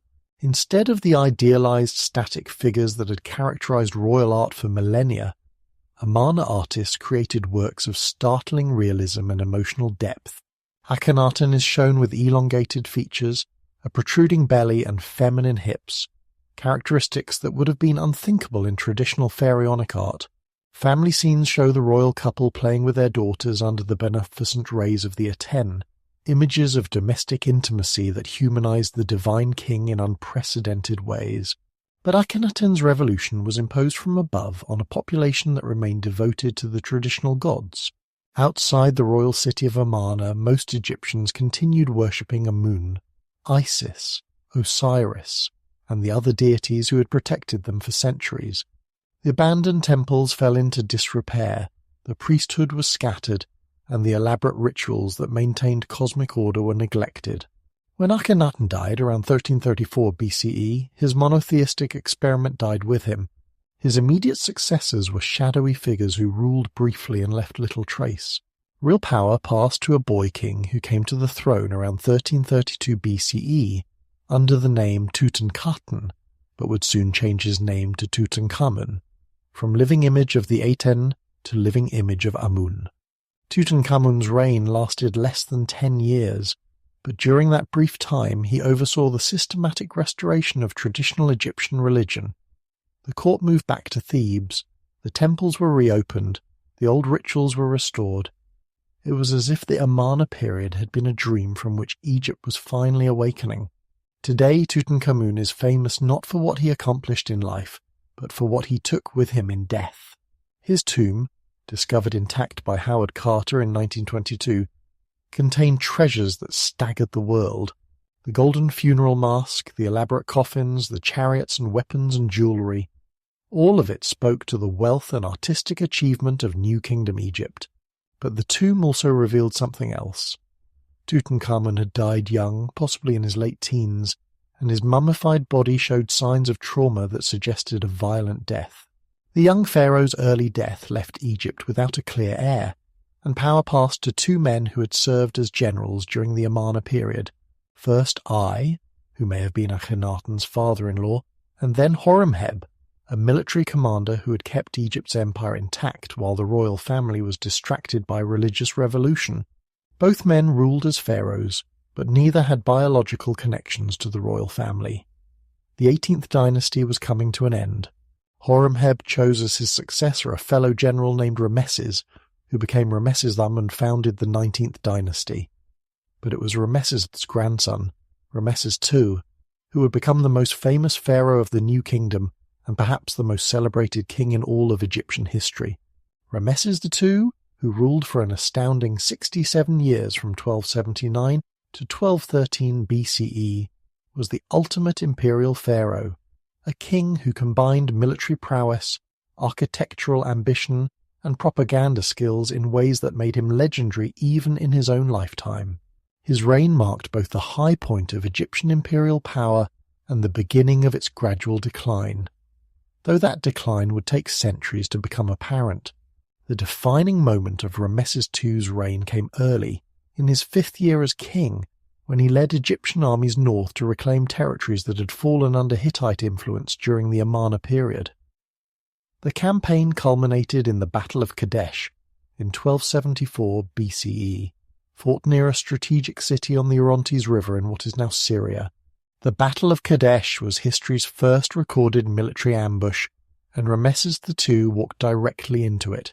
Hittite spies had convinced the Egyptians that the enemy army was still far away, when in fact thousands of Hittite chariots were hidden behind the mounds near Kadesh.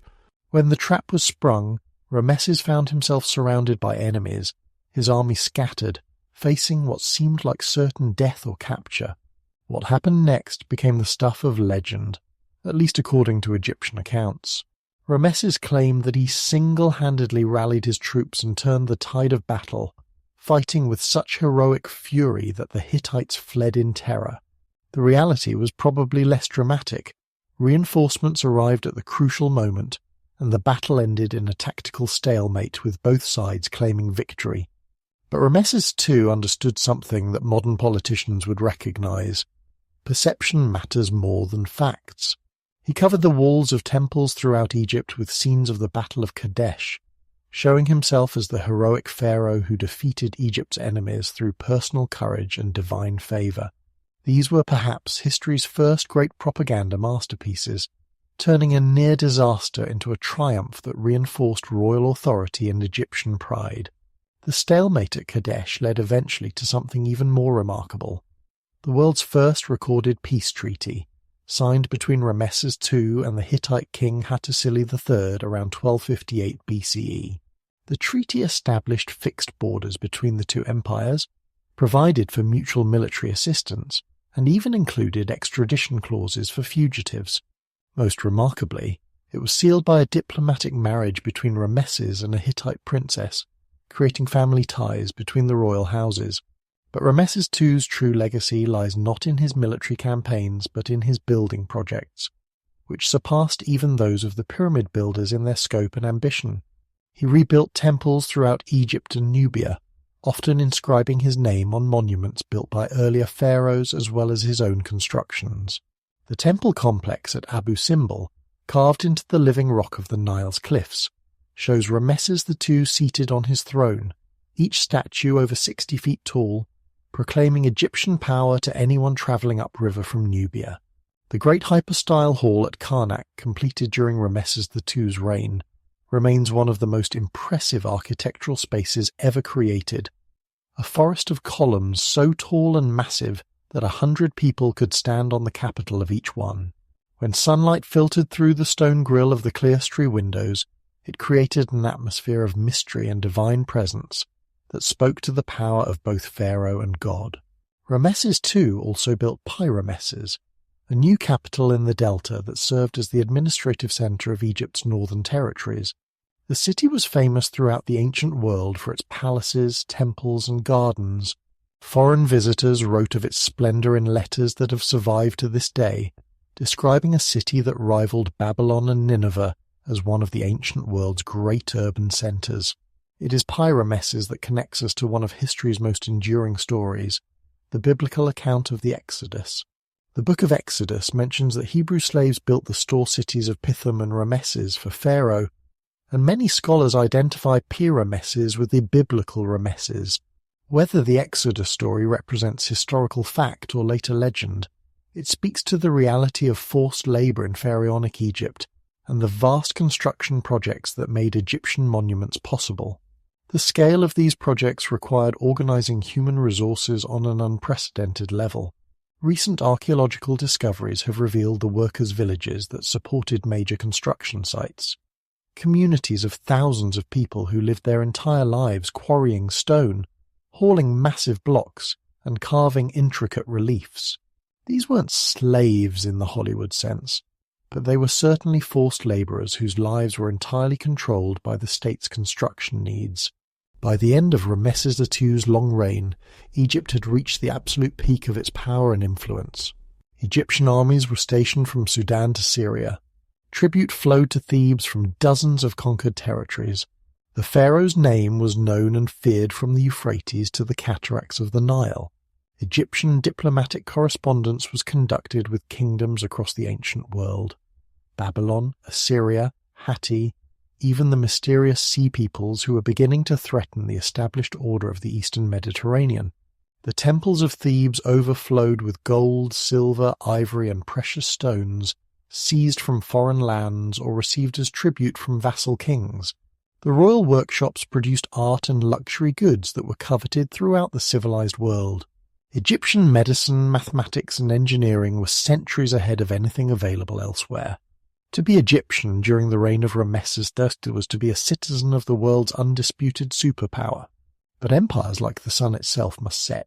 Even at the height of Rameses II's power, forces were gathering that would challenge Egyptian dominance and eventually bring the new kingdom to an end.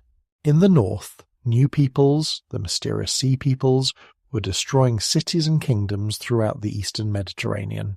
In the south, Nubian kingdoms were growing stronger and more independent. Within Egypt itself, the enormous costs of empire were straining the kingdom's resources and creating tensions that would eventually tear the country apart. Rameses II lived to be over 90 years old, an extraordinary age in any period but almost unprecedented in the ancient world. When he finally died, he had outlived most of his sons and many of his grandsons. The pharaoh who succeeded him, Rameses III, would face challenges that would have tested even the great Rameses II. The golden age of Egyptian empire was approaching its end, and the long decline of pharaonic power was about to begin. But empires like the sun itself must set. The new kingdom that had begun with Ahmose's victory over the Hyksos had reached its zenith under Rameses II. But the very forces that had made Egypt great, its wealth, its territories, its complex administration, were becoming sources of weakness. The pharaohs who followed would struggle to maintain what their predecessors had built, and gradually, inevitably, the greatest empire the ancient world had ever known would fade into the shadows of history.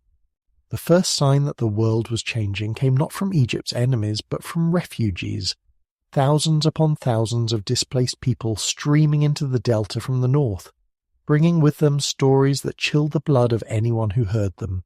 Cities older than Memphis had been burned to ash.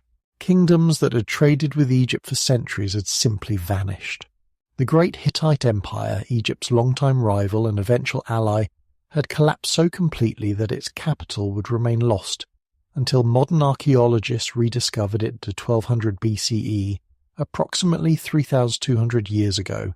The interconnected world of the Late Bronze Age was dying.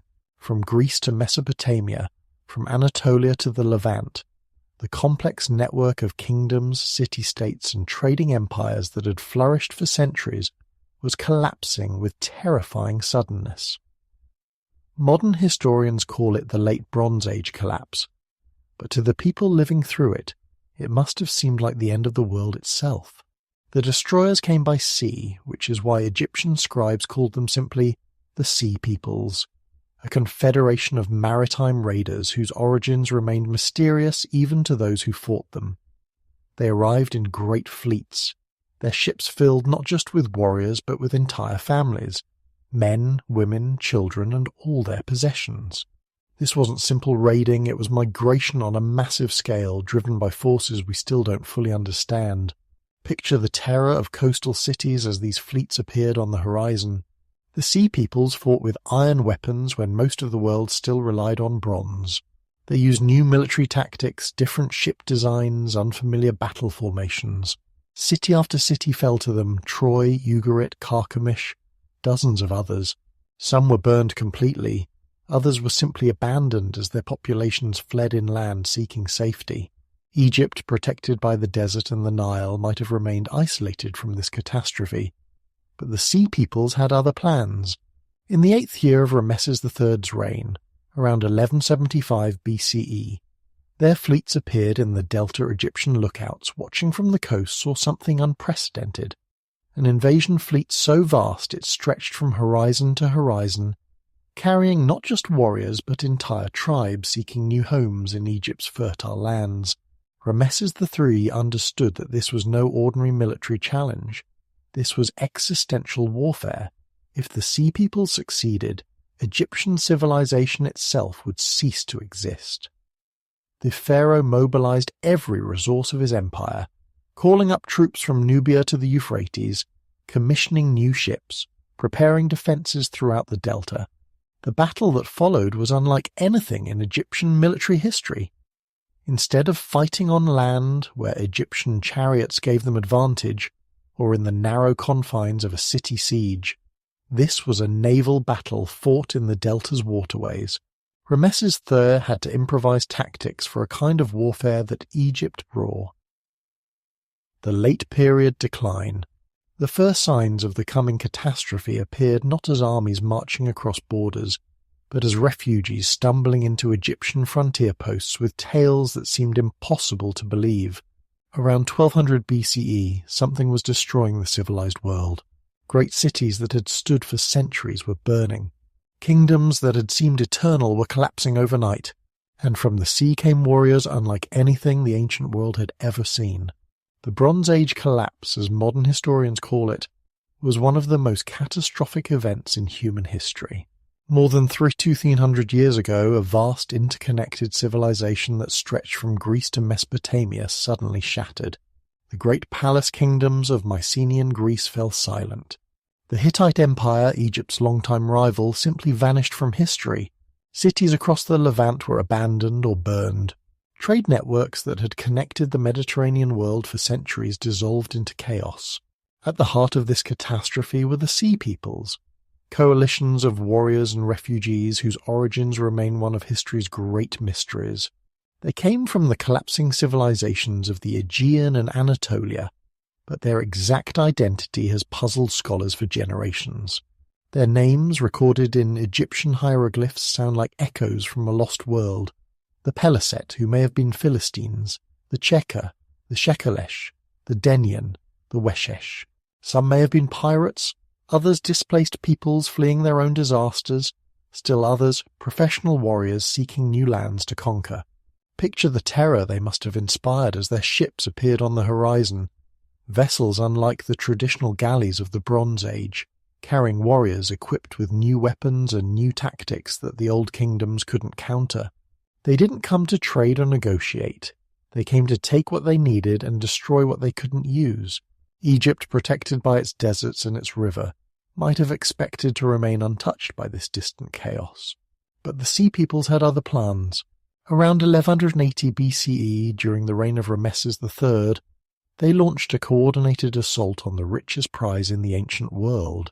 They came by land through Palestine and by sea through the Delta, bringing with them ox carts loaded with women and children, entire peoples on the move, seeking new homes in the fertile valleys of Egypt.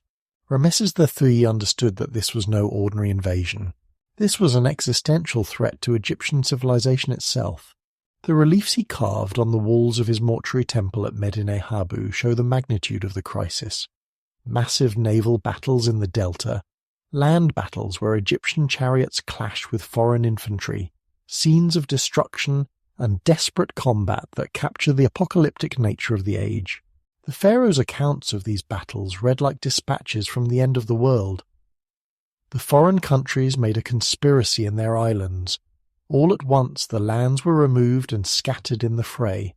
No land could stand before their arms, from Hatti, Kode, Carchemish, Arzawa, and Alashia on, being cut off at one time.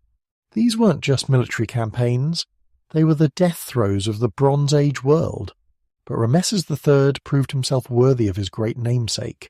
In a series of battles that saved Egyptian civilization, he defeated both the land and sea forces of the invaders.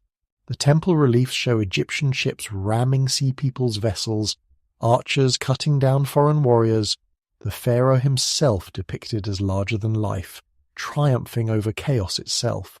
Egypt survived when all around it perished, yet victory came at a terrible cost. The wars against the sea peoples drained Egypt's treasury, disrupted trade routes and exhausted the kingdom's military resources.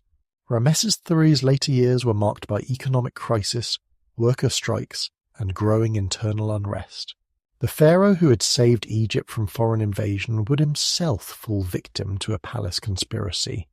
Assassinated in a plot that involved his own wives and courtiers, the assassination of Rameses III around 1155 BCE marked the effective end of the new kingdom as a great power. His successors, a series of pharaohs who all took the name Rameses but possessed none of the first Ramesses' greatness, ruled over a kingdom that was increasingly hollow at its core. The empire slowly contracted as distant territories declared independence or fell to local rulers. The wealth that had flowed to Thebes for centuries slowed to a trickle, then stopped altogether. By 1069 BCE, pharaonic authority had become largely ceremonial. Real power lay with the high priests of Amun at Thebes, who controlled the southern regions of Egypt, and with military commanders in the north who maintained their authority through force rather than divine sanction. Egypt was effectively two kingdoms again, though both nominally acknowledged the same pharaoh. The high priest of Amun, Herihor, didn't bother with such pretenses.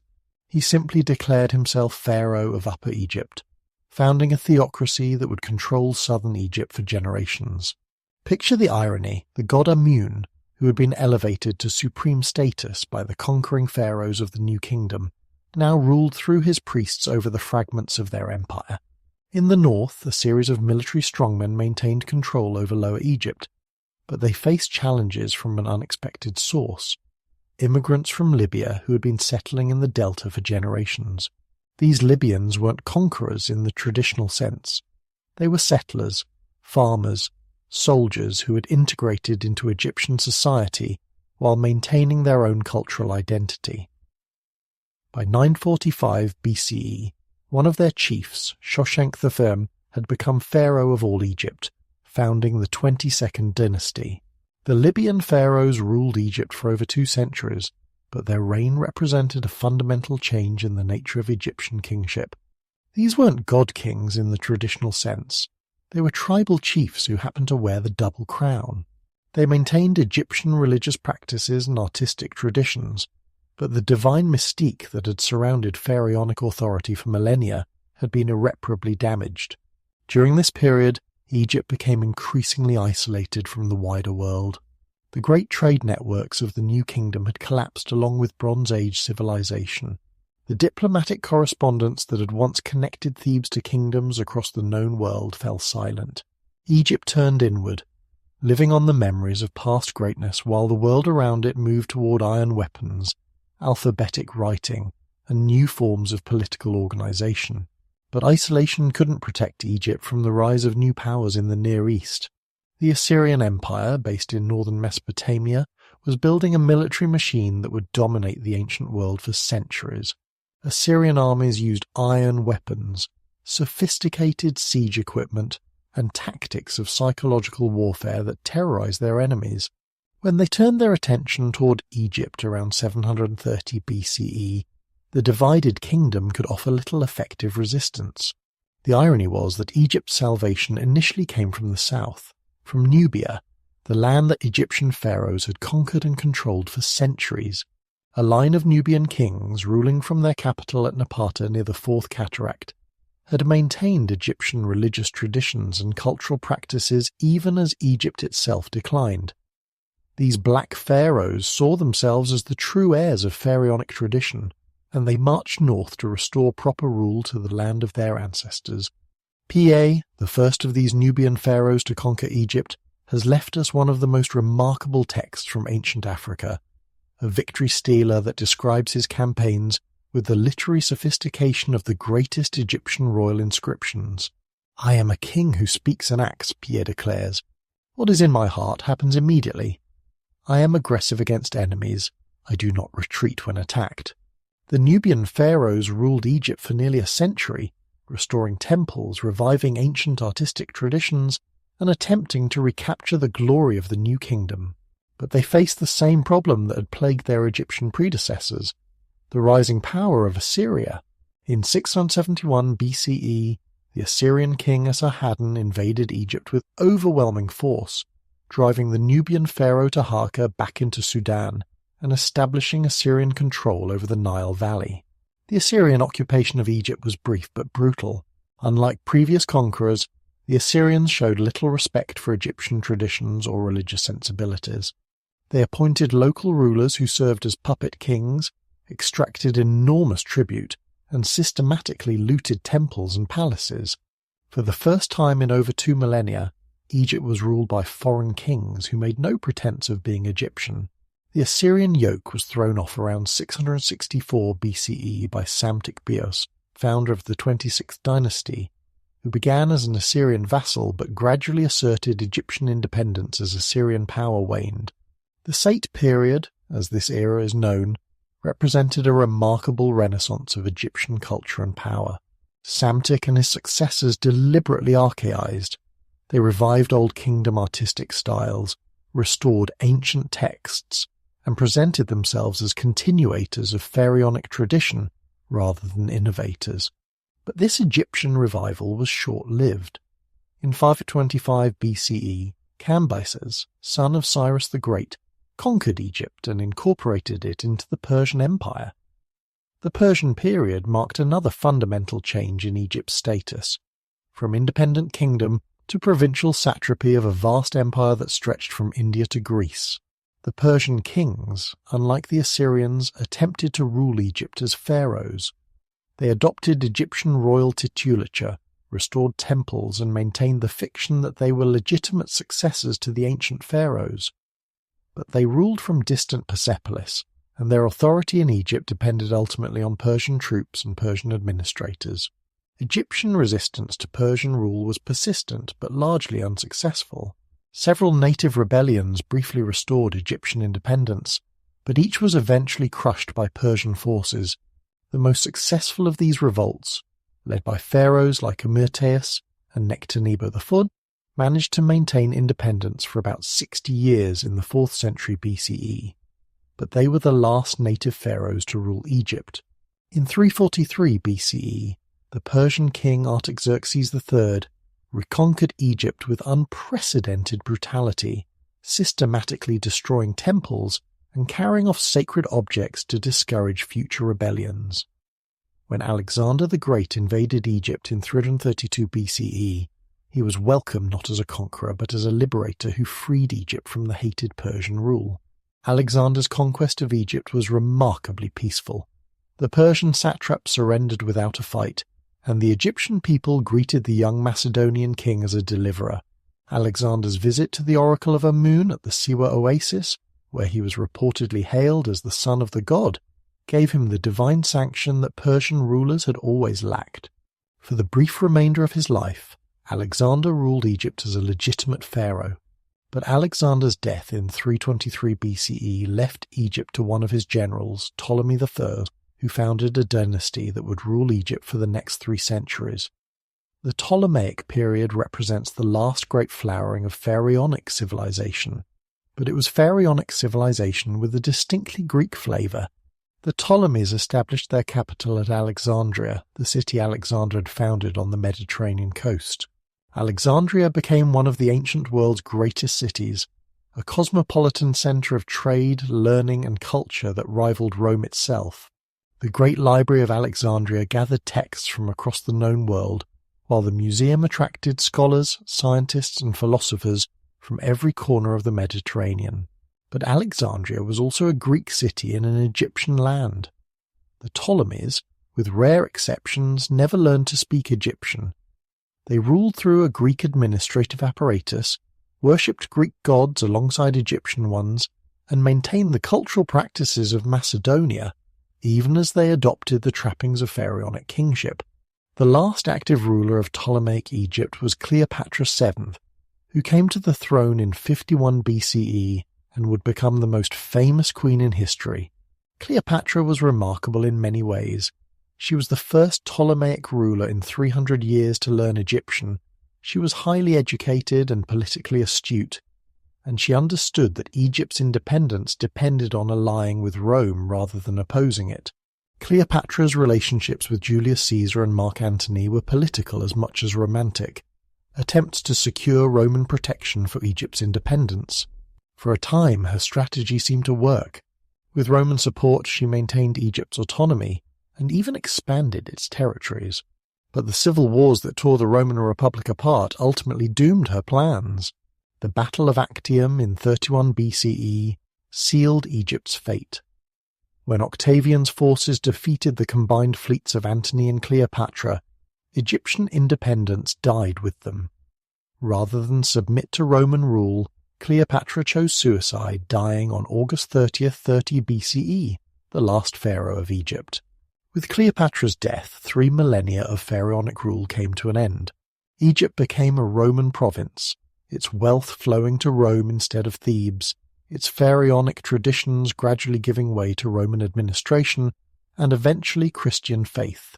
The hieroglyphs fell silent, the temples were abandoned or converted, and the civilization that had built the pyramids and conquered vast empires faded into memory. Yet the Egypt that Rome inherited was still recognizably the land of the pharaohs. The Nile still flooded annually, depositing its life-giving silt on fields that had fed Egyptian civilization for millennia. The great monuments still stood, the pyramids, the temples, the tombs that had defied time itself. The people still spoke the language descended from that first hieroglyphic inscription, still told stories that echoed themes from the age of gods and god-kings. Rome had conquered Egypt, but Egypt had already achieved something more lasting than military victory. It had conquered time itself. The civilization that began with Etum rising from the primordial waters had created monuments, literature, and ideas that would outlast every empire that claimed dominion over the Nile Valley. The pharaohs were gone, but their eternal kingdom lived on in stone and story, in art and architecture, in the human imagination itself. The sun had set on pharaonic Egypt, but dawn would come again in ways the ancient kings could never have imagined. Their tombs would be rediscovered, their hieroglyphs deciphered, their stories retold to audiences they could never have conceived. Death, which the Egyptians had spent 3,000 years trying to conquer, had indeed been defeated, not through mummification and magical spells, but through the simple act of being remembered by peoples yet unborn. But to truly understand how Egypt achieved this conquest of time, how a civilization could speak across millennia to hearts and minds they could never have imagined, we must delve deeper into the spiritual foundations that sustained Egyptian culture for 3,000 years. The pharaohs built their pyramids and empires, but it was the priests and storytellers who built something even more enduring, a complete vision of how the universe worked, why humans existed, and what lay beyond the boundary of death. At the heart of this vision was a concept that has no perfect translation in our language. Ma'at. We might call it truth, justice, cosmic order, or divine balance, but Ma'at was all of these and more. Picture Ma'at as the Egyptians did, a goddess with an ostrich feather in her hair, the very feather that would be used to weigh human souls in the afterlife. But Ma'at was more than a deity. She was the fundamental principle that kept the universe from sliding back into the primordial chaos of Nun. Every sunrise reinforced Ma'at. Every Nile flood confirmed it. Every just action by pharaoh or peasant strengthened the cosmic order that held creation together. When Egyptians spoke the truth, they were serving Ma'at. When they dealt fairly with their neighbours, they were maintaining universal balance. When they performed the ancient rituals correctly, they were participating in the divine work of keeping the cosmos stable. This wasn't abstract philosophy. It was practical theology that governed every aspect of daily life. Egyptian children learned that lies could literally damage the fabric of reality, that dishonesty was not just morally wrong, but cosmically dangerous. They understood that their personal behavior had universal consequences, that a merchant cheating customers in Memphis could somehow disturb the order that kept the stars in their courses. The gods themselves were bound by Ma'at. Even Ra, the supreme solar deity, had to follow the cosmic order or face the consequences. When he grew old and weary, when his secret name was stolen by Isis, when he retreated into the sky and left humans to govern themselves, all of these were expressions of Ma'at working itself out through divine action. The gods were powerful beyond human comprehension, but they were not arbitrary. They operated according to principles that could be understood, appealed to, and worked with. Central to this divine order was the great family drama that had begun in the primordial waters and continued through every generation of gods and humans. You've already heard how Geb and Nut, earth and sky, were held apart by their father Shu so that life could flourish in the space between them. But Geb and Nut had children of their own, and their story would become the most important myth in Egyptian religion, the tale of Osiris, Isis, Set, and Nephthys. Osiris was the eldest and most beloved, the rightful heir to his father's throne. He was everything a king should be, wise, just, generous, devoted to Ma'at. Under his rule, Egypt knew a golden age when the Nile flowed perfectly, the harvest never failed, and humans lived in harmony with gods and nature. Osiris taught his people agriculture, law, and religion. He was the perfect king, which made his brother Set's jealousy all the more poisonous. Set was the red-haired god of the desert, of storms, of foreign lands, everything that stood outside the ordered fertility of the Nile Valley. He represented the necessary chaos that made change possible, but he also embodied the destructive forces that could tear civilization apart. Set looked at his brother's perfect kingdom and felt the corrosive envy that would lead to the first murder, the first betrayal, the first death. The murder of Osiris was planned with chilling calculation. Set commissioned a beautiful chest, decorated with gold and precious stones, made exactly to Osiris's measurements. At a great feast, he offered it as a gift to whoever could fit inside perfectly. Guest after guest tried and failed until Osiris himself lay down in the chest. The moment he was inside, Set and his accomplices slammed the lid shut, sealed it with molten lead, and threw it into the Nile. Picture Isis when she learned what had happened to her husband and brother. For Egyptian gods, like Egyptian royalty, often married within the family to keep power concentrated. Her grief was so profound that it literally shook the cosmos. The Nile stopped flowing. The sun grew dim. The very foundations of Ma'at trembled as the goddess of magic and motherhood began her desperate search for Osiris's body. She found the chest washed ashore at Byblos in Lebanon, where a great tree had grown around it. The local king had cut down the tree to make a pillar for his palace, unknowingly incorporating Osiris's coffin into his architecture. Isis, disguising herself as a nursemaid, gained access to the palace and eventually revealed her true identity, convincing the king to give her the pillar and her husband's body. But Isis's joy at recovering Osiris was short-lived. Set discovered what had happened, and in a rage that exceeded even his original jealousy, tore his brother's body into 14 pieces and scattered them throughout Egypt. Once again, Isis began her search, now aided by her sister Nephthys, who had grown horrified by her husband Set's escalating violence.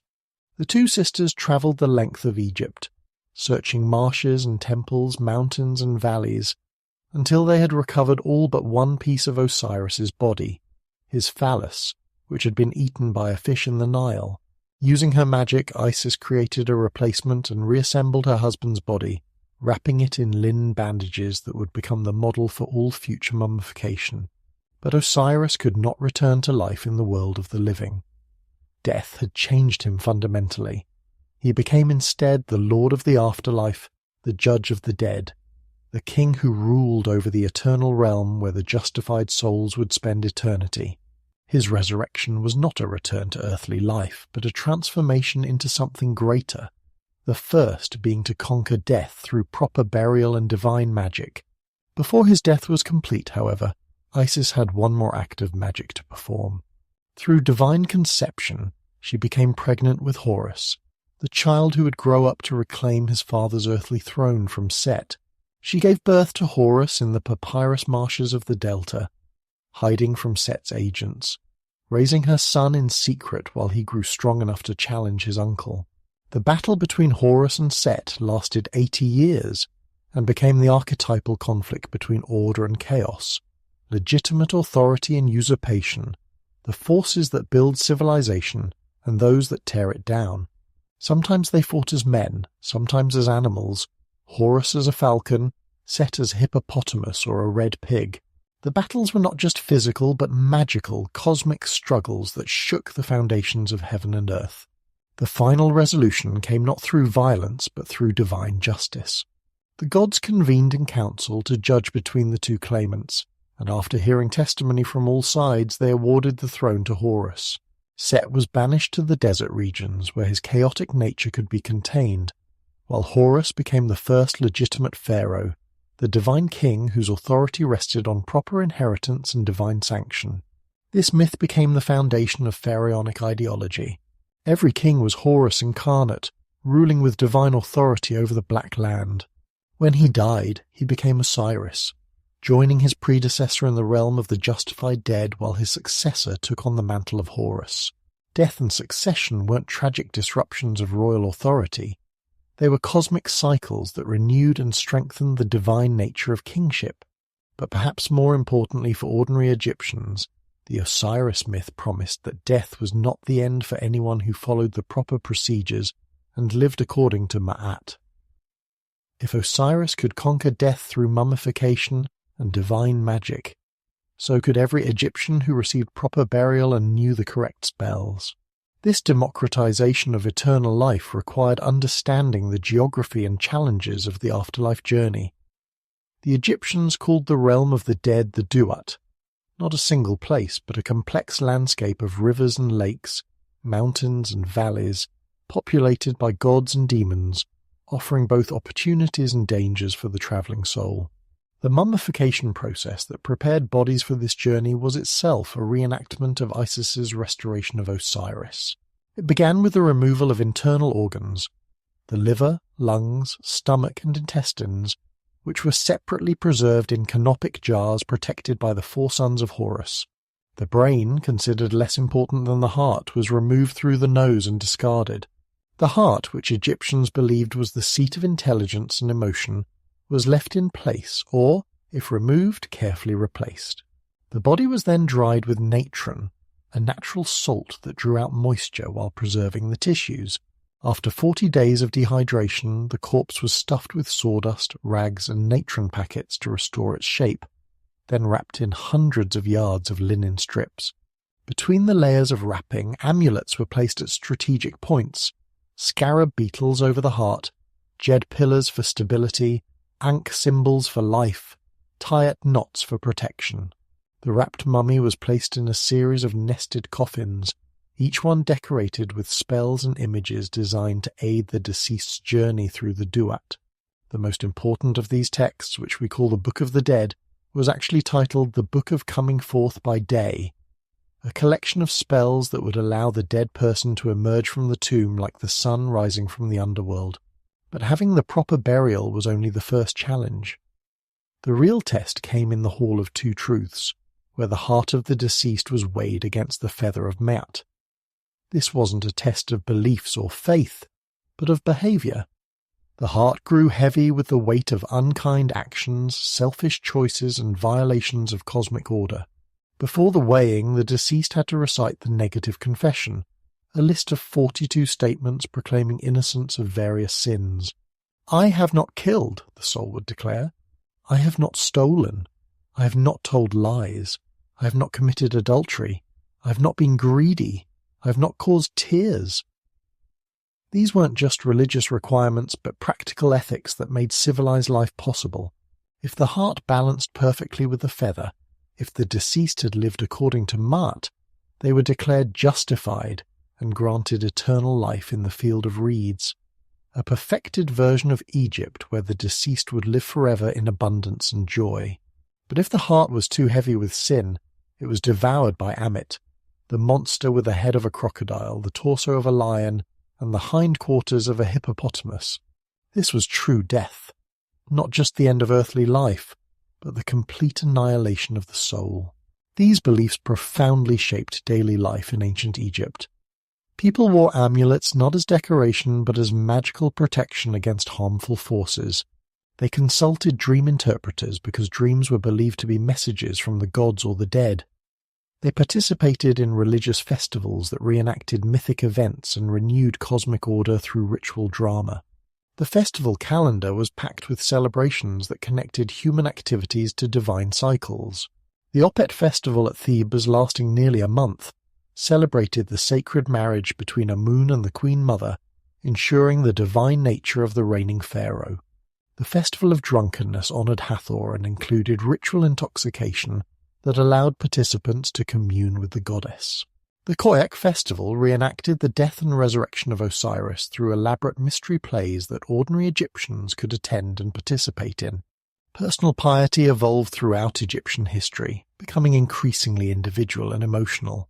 During the New Kingdom, people began writing prayers and hymns that expressed personal relationships with the gods, rather than just formal ritual obligations. They set up small shrines in their homes where they could make daily offerings and seek divine guidance for practical problems. Letters to the dead, written on pottery sherds or papyrus and left at tomb sites, reveal how Egyptians maintained relationships with deceased family members. A widow might write to her dead husband asking him to intercede with the gods on her behalf. Parents might complain to dead children who are causing them problems through ghostly harassment.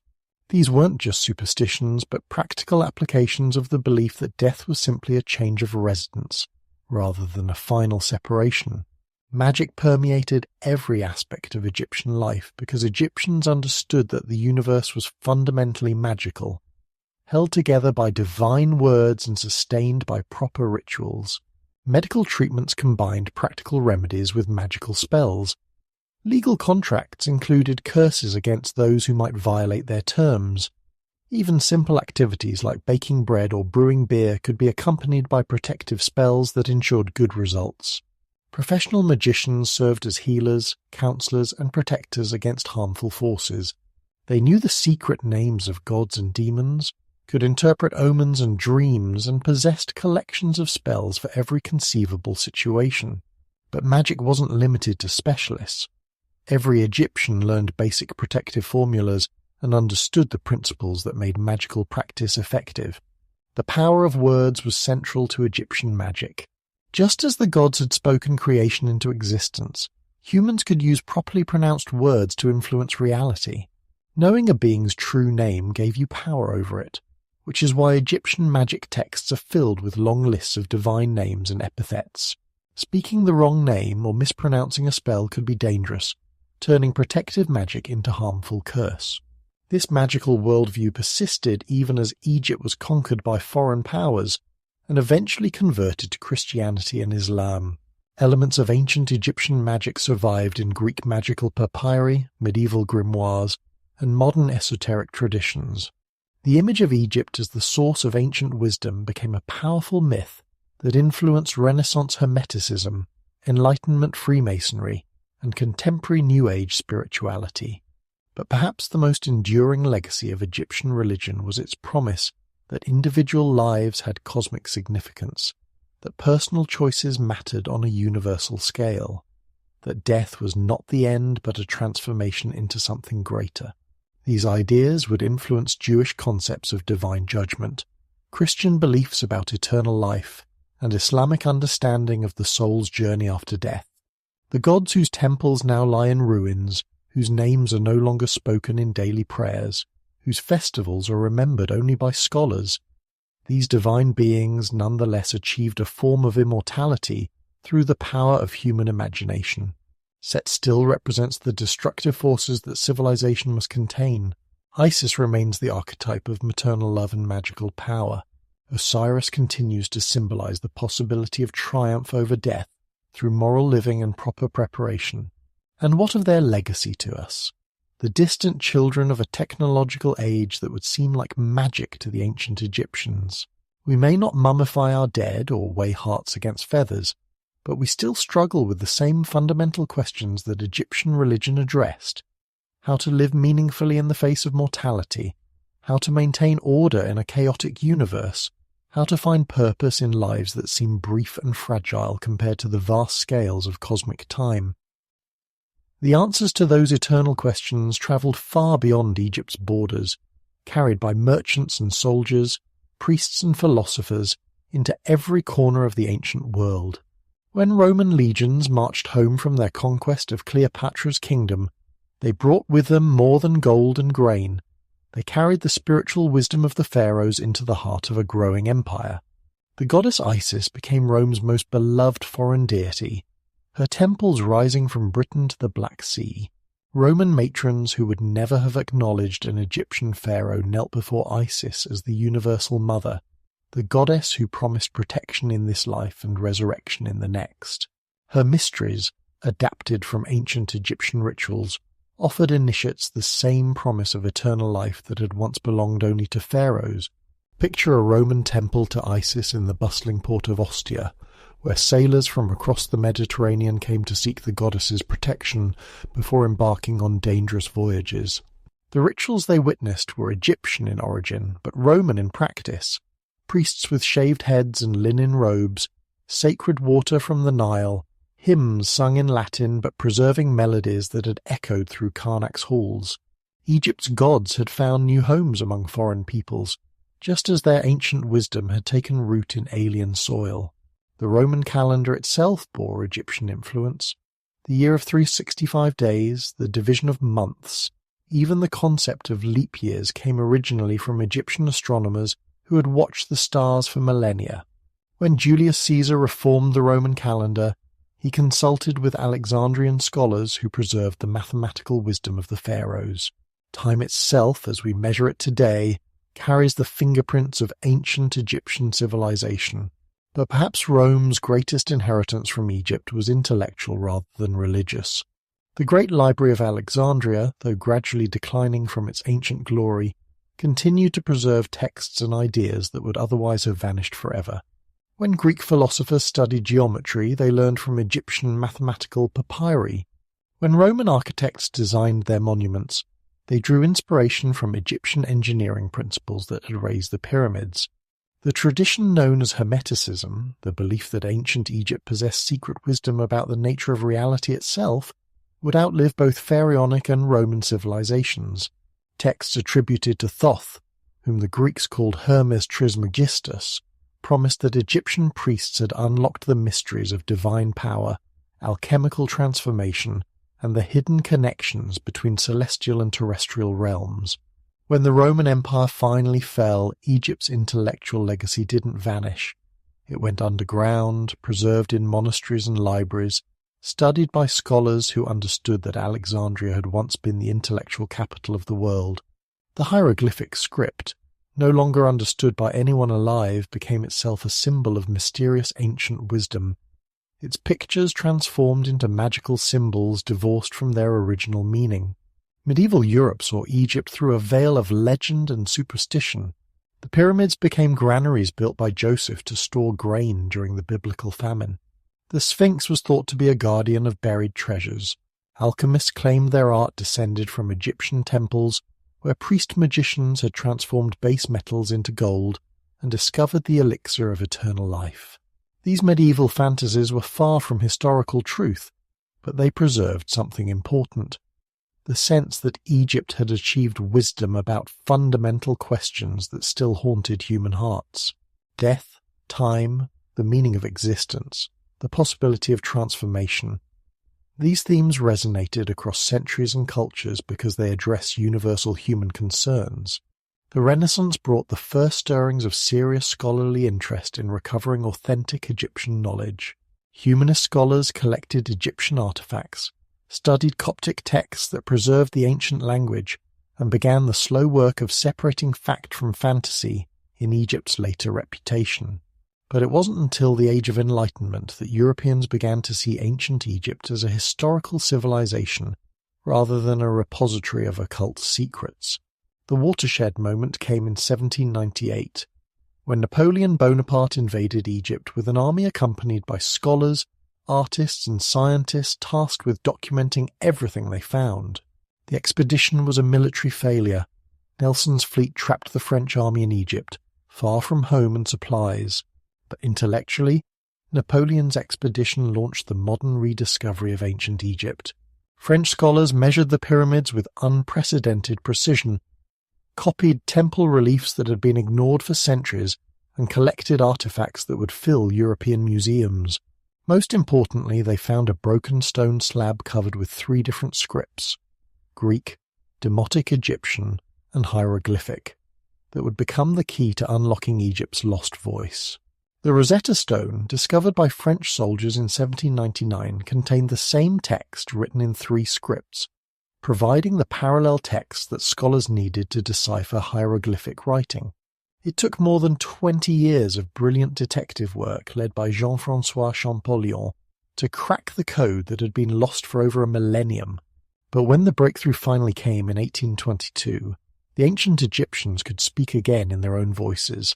Suddenly, instead of medieval legends about mysterious wisdom, scholars could read what Egyptians had actually written: love poems and shopping lists, royal boasts and personal prayers, medical prescriptions and mathematical problems.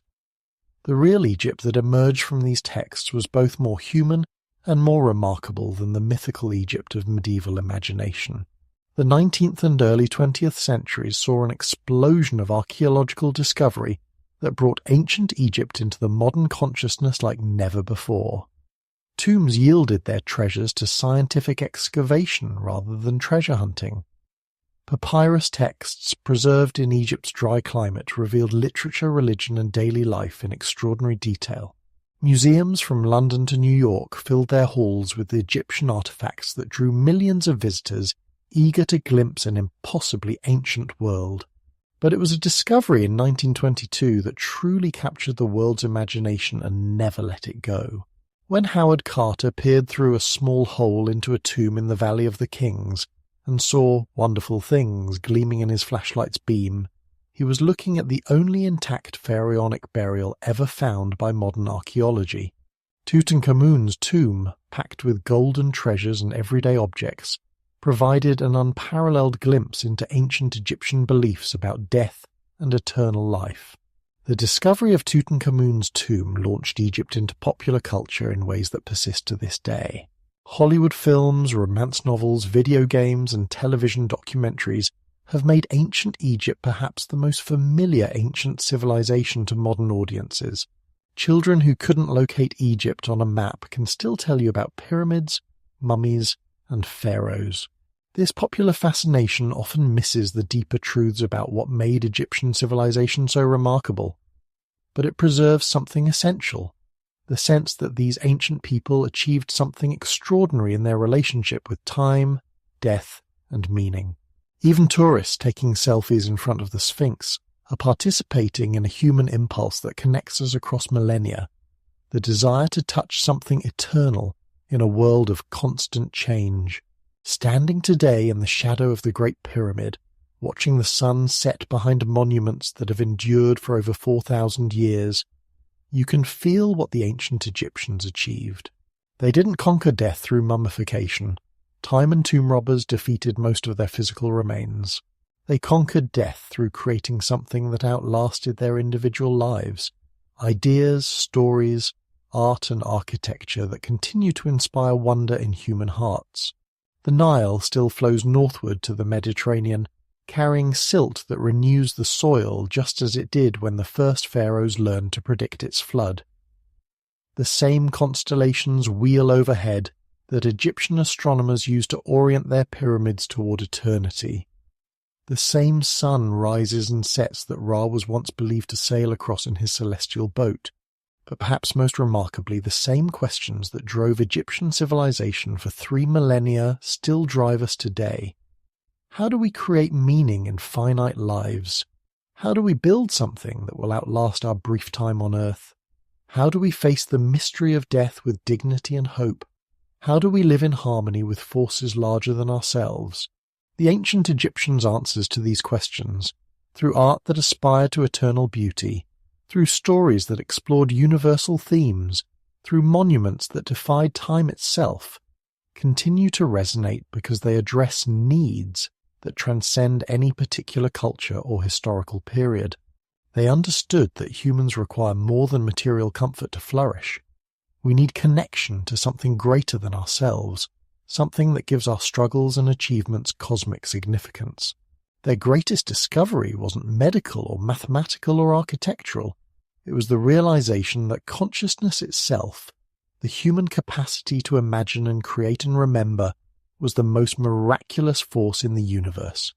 They spent 3,000 years trying to preserve individual consciousness beyond death, but their real achievement was creating collective consciousness that would endure as long as human beings continue to wonder about their place in the cosmos.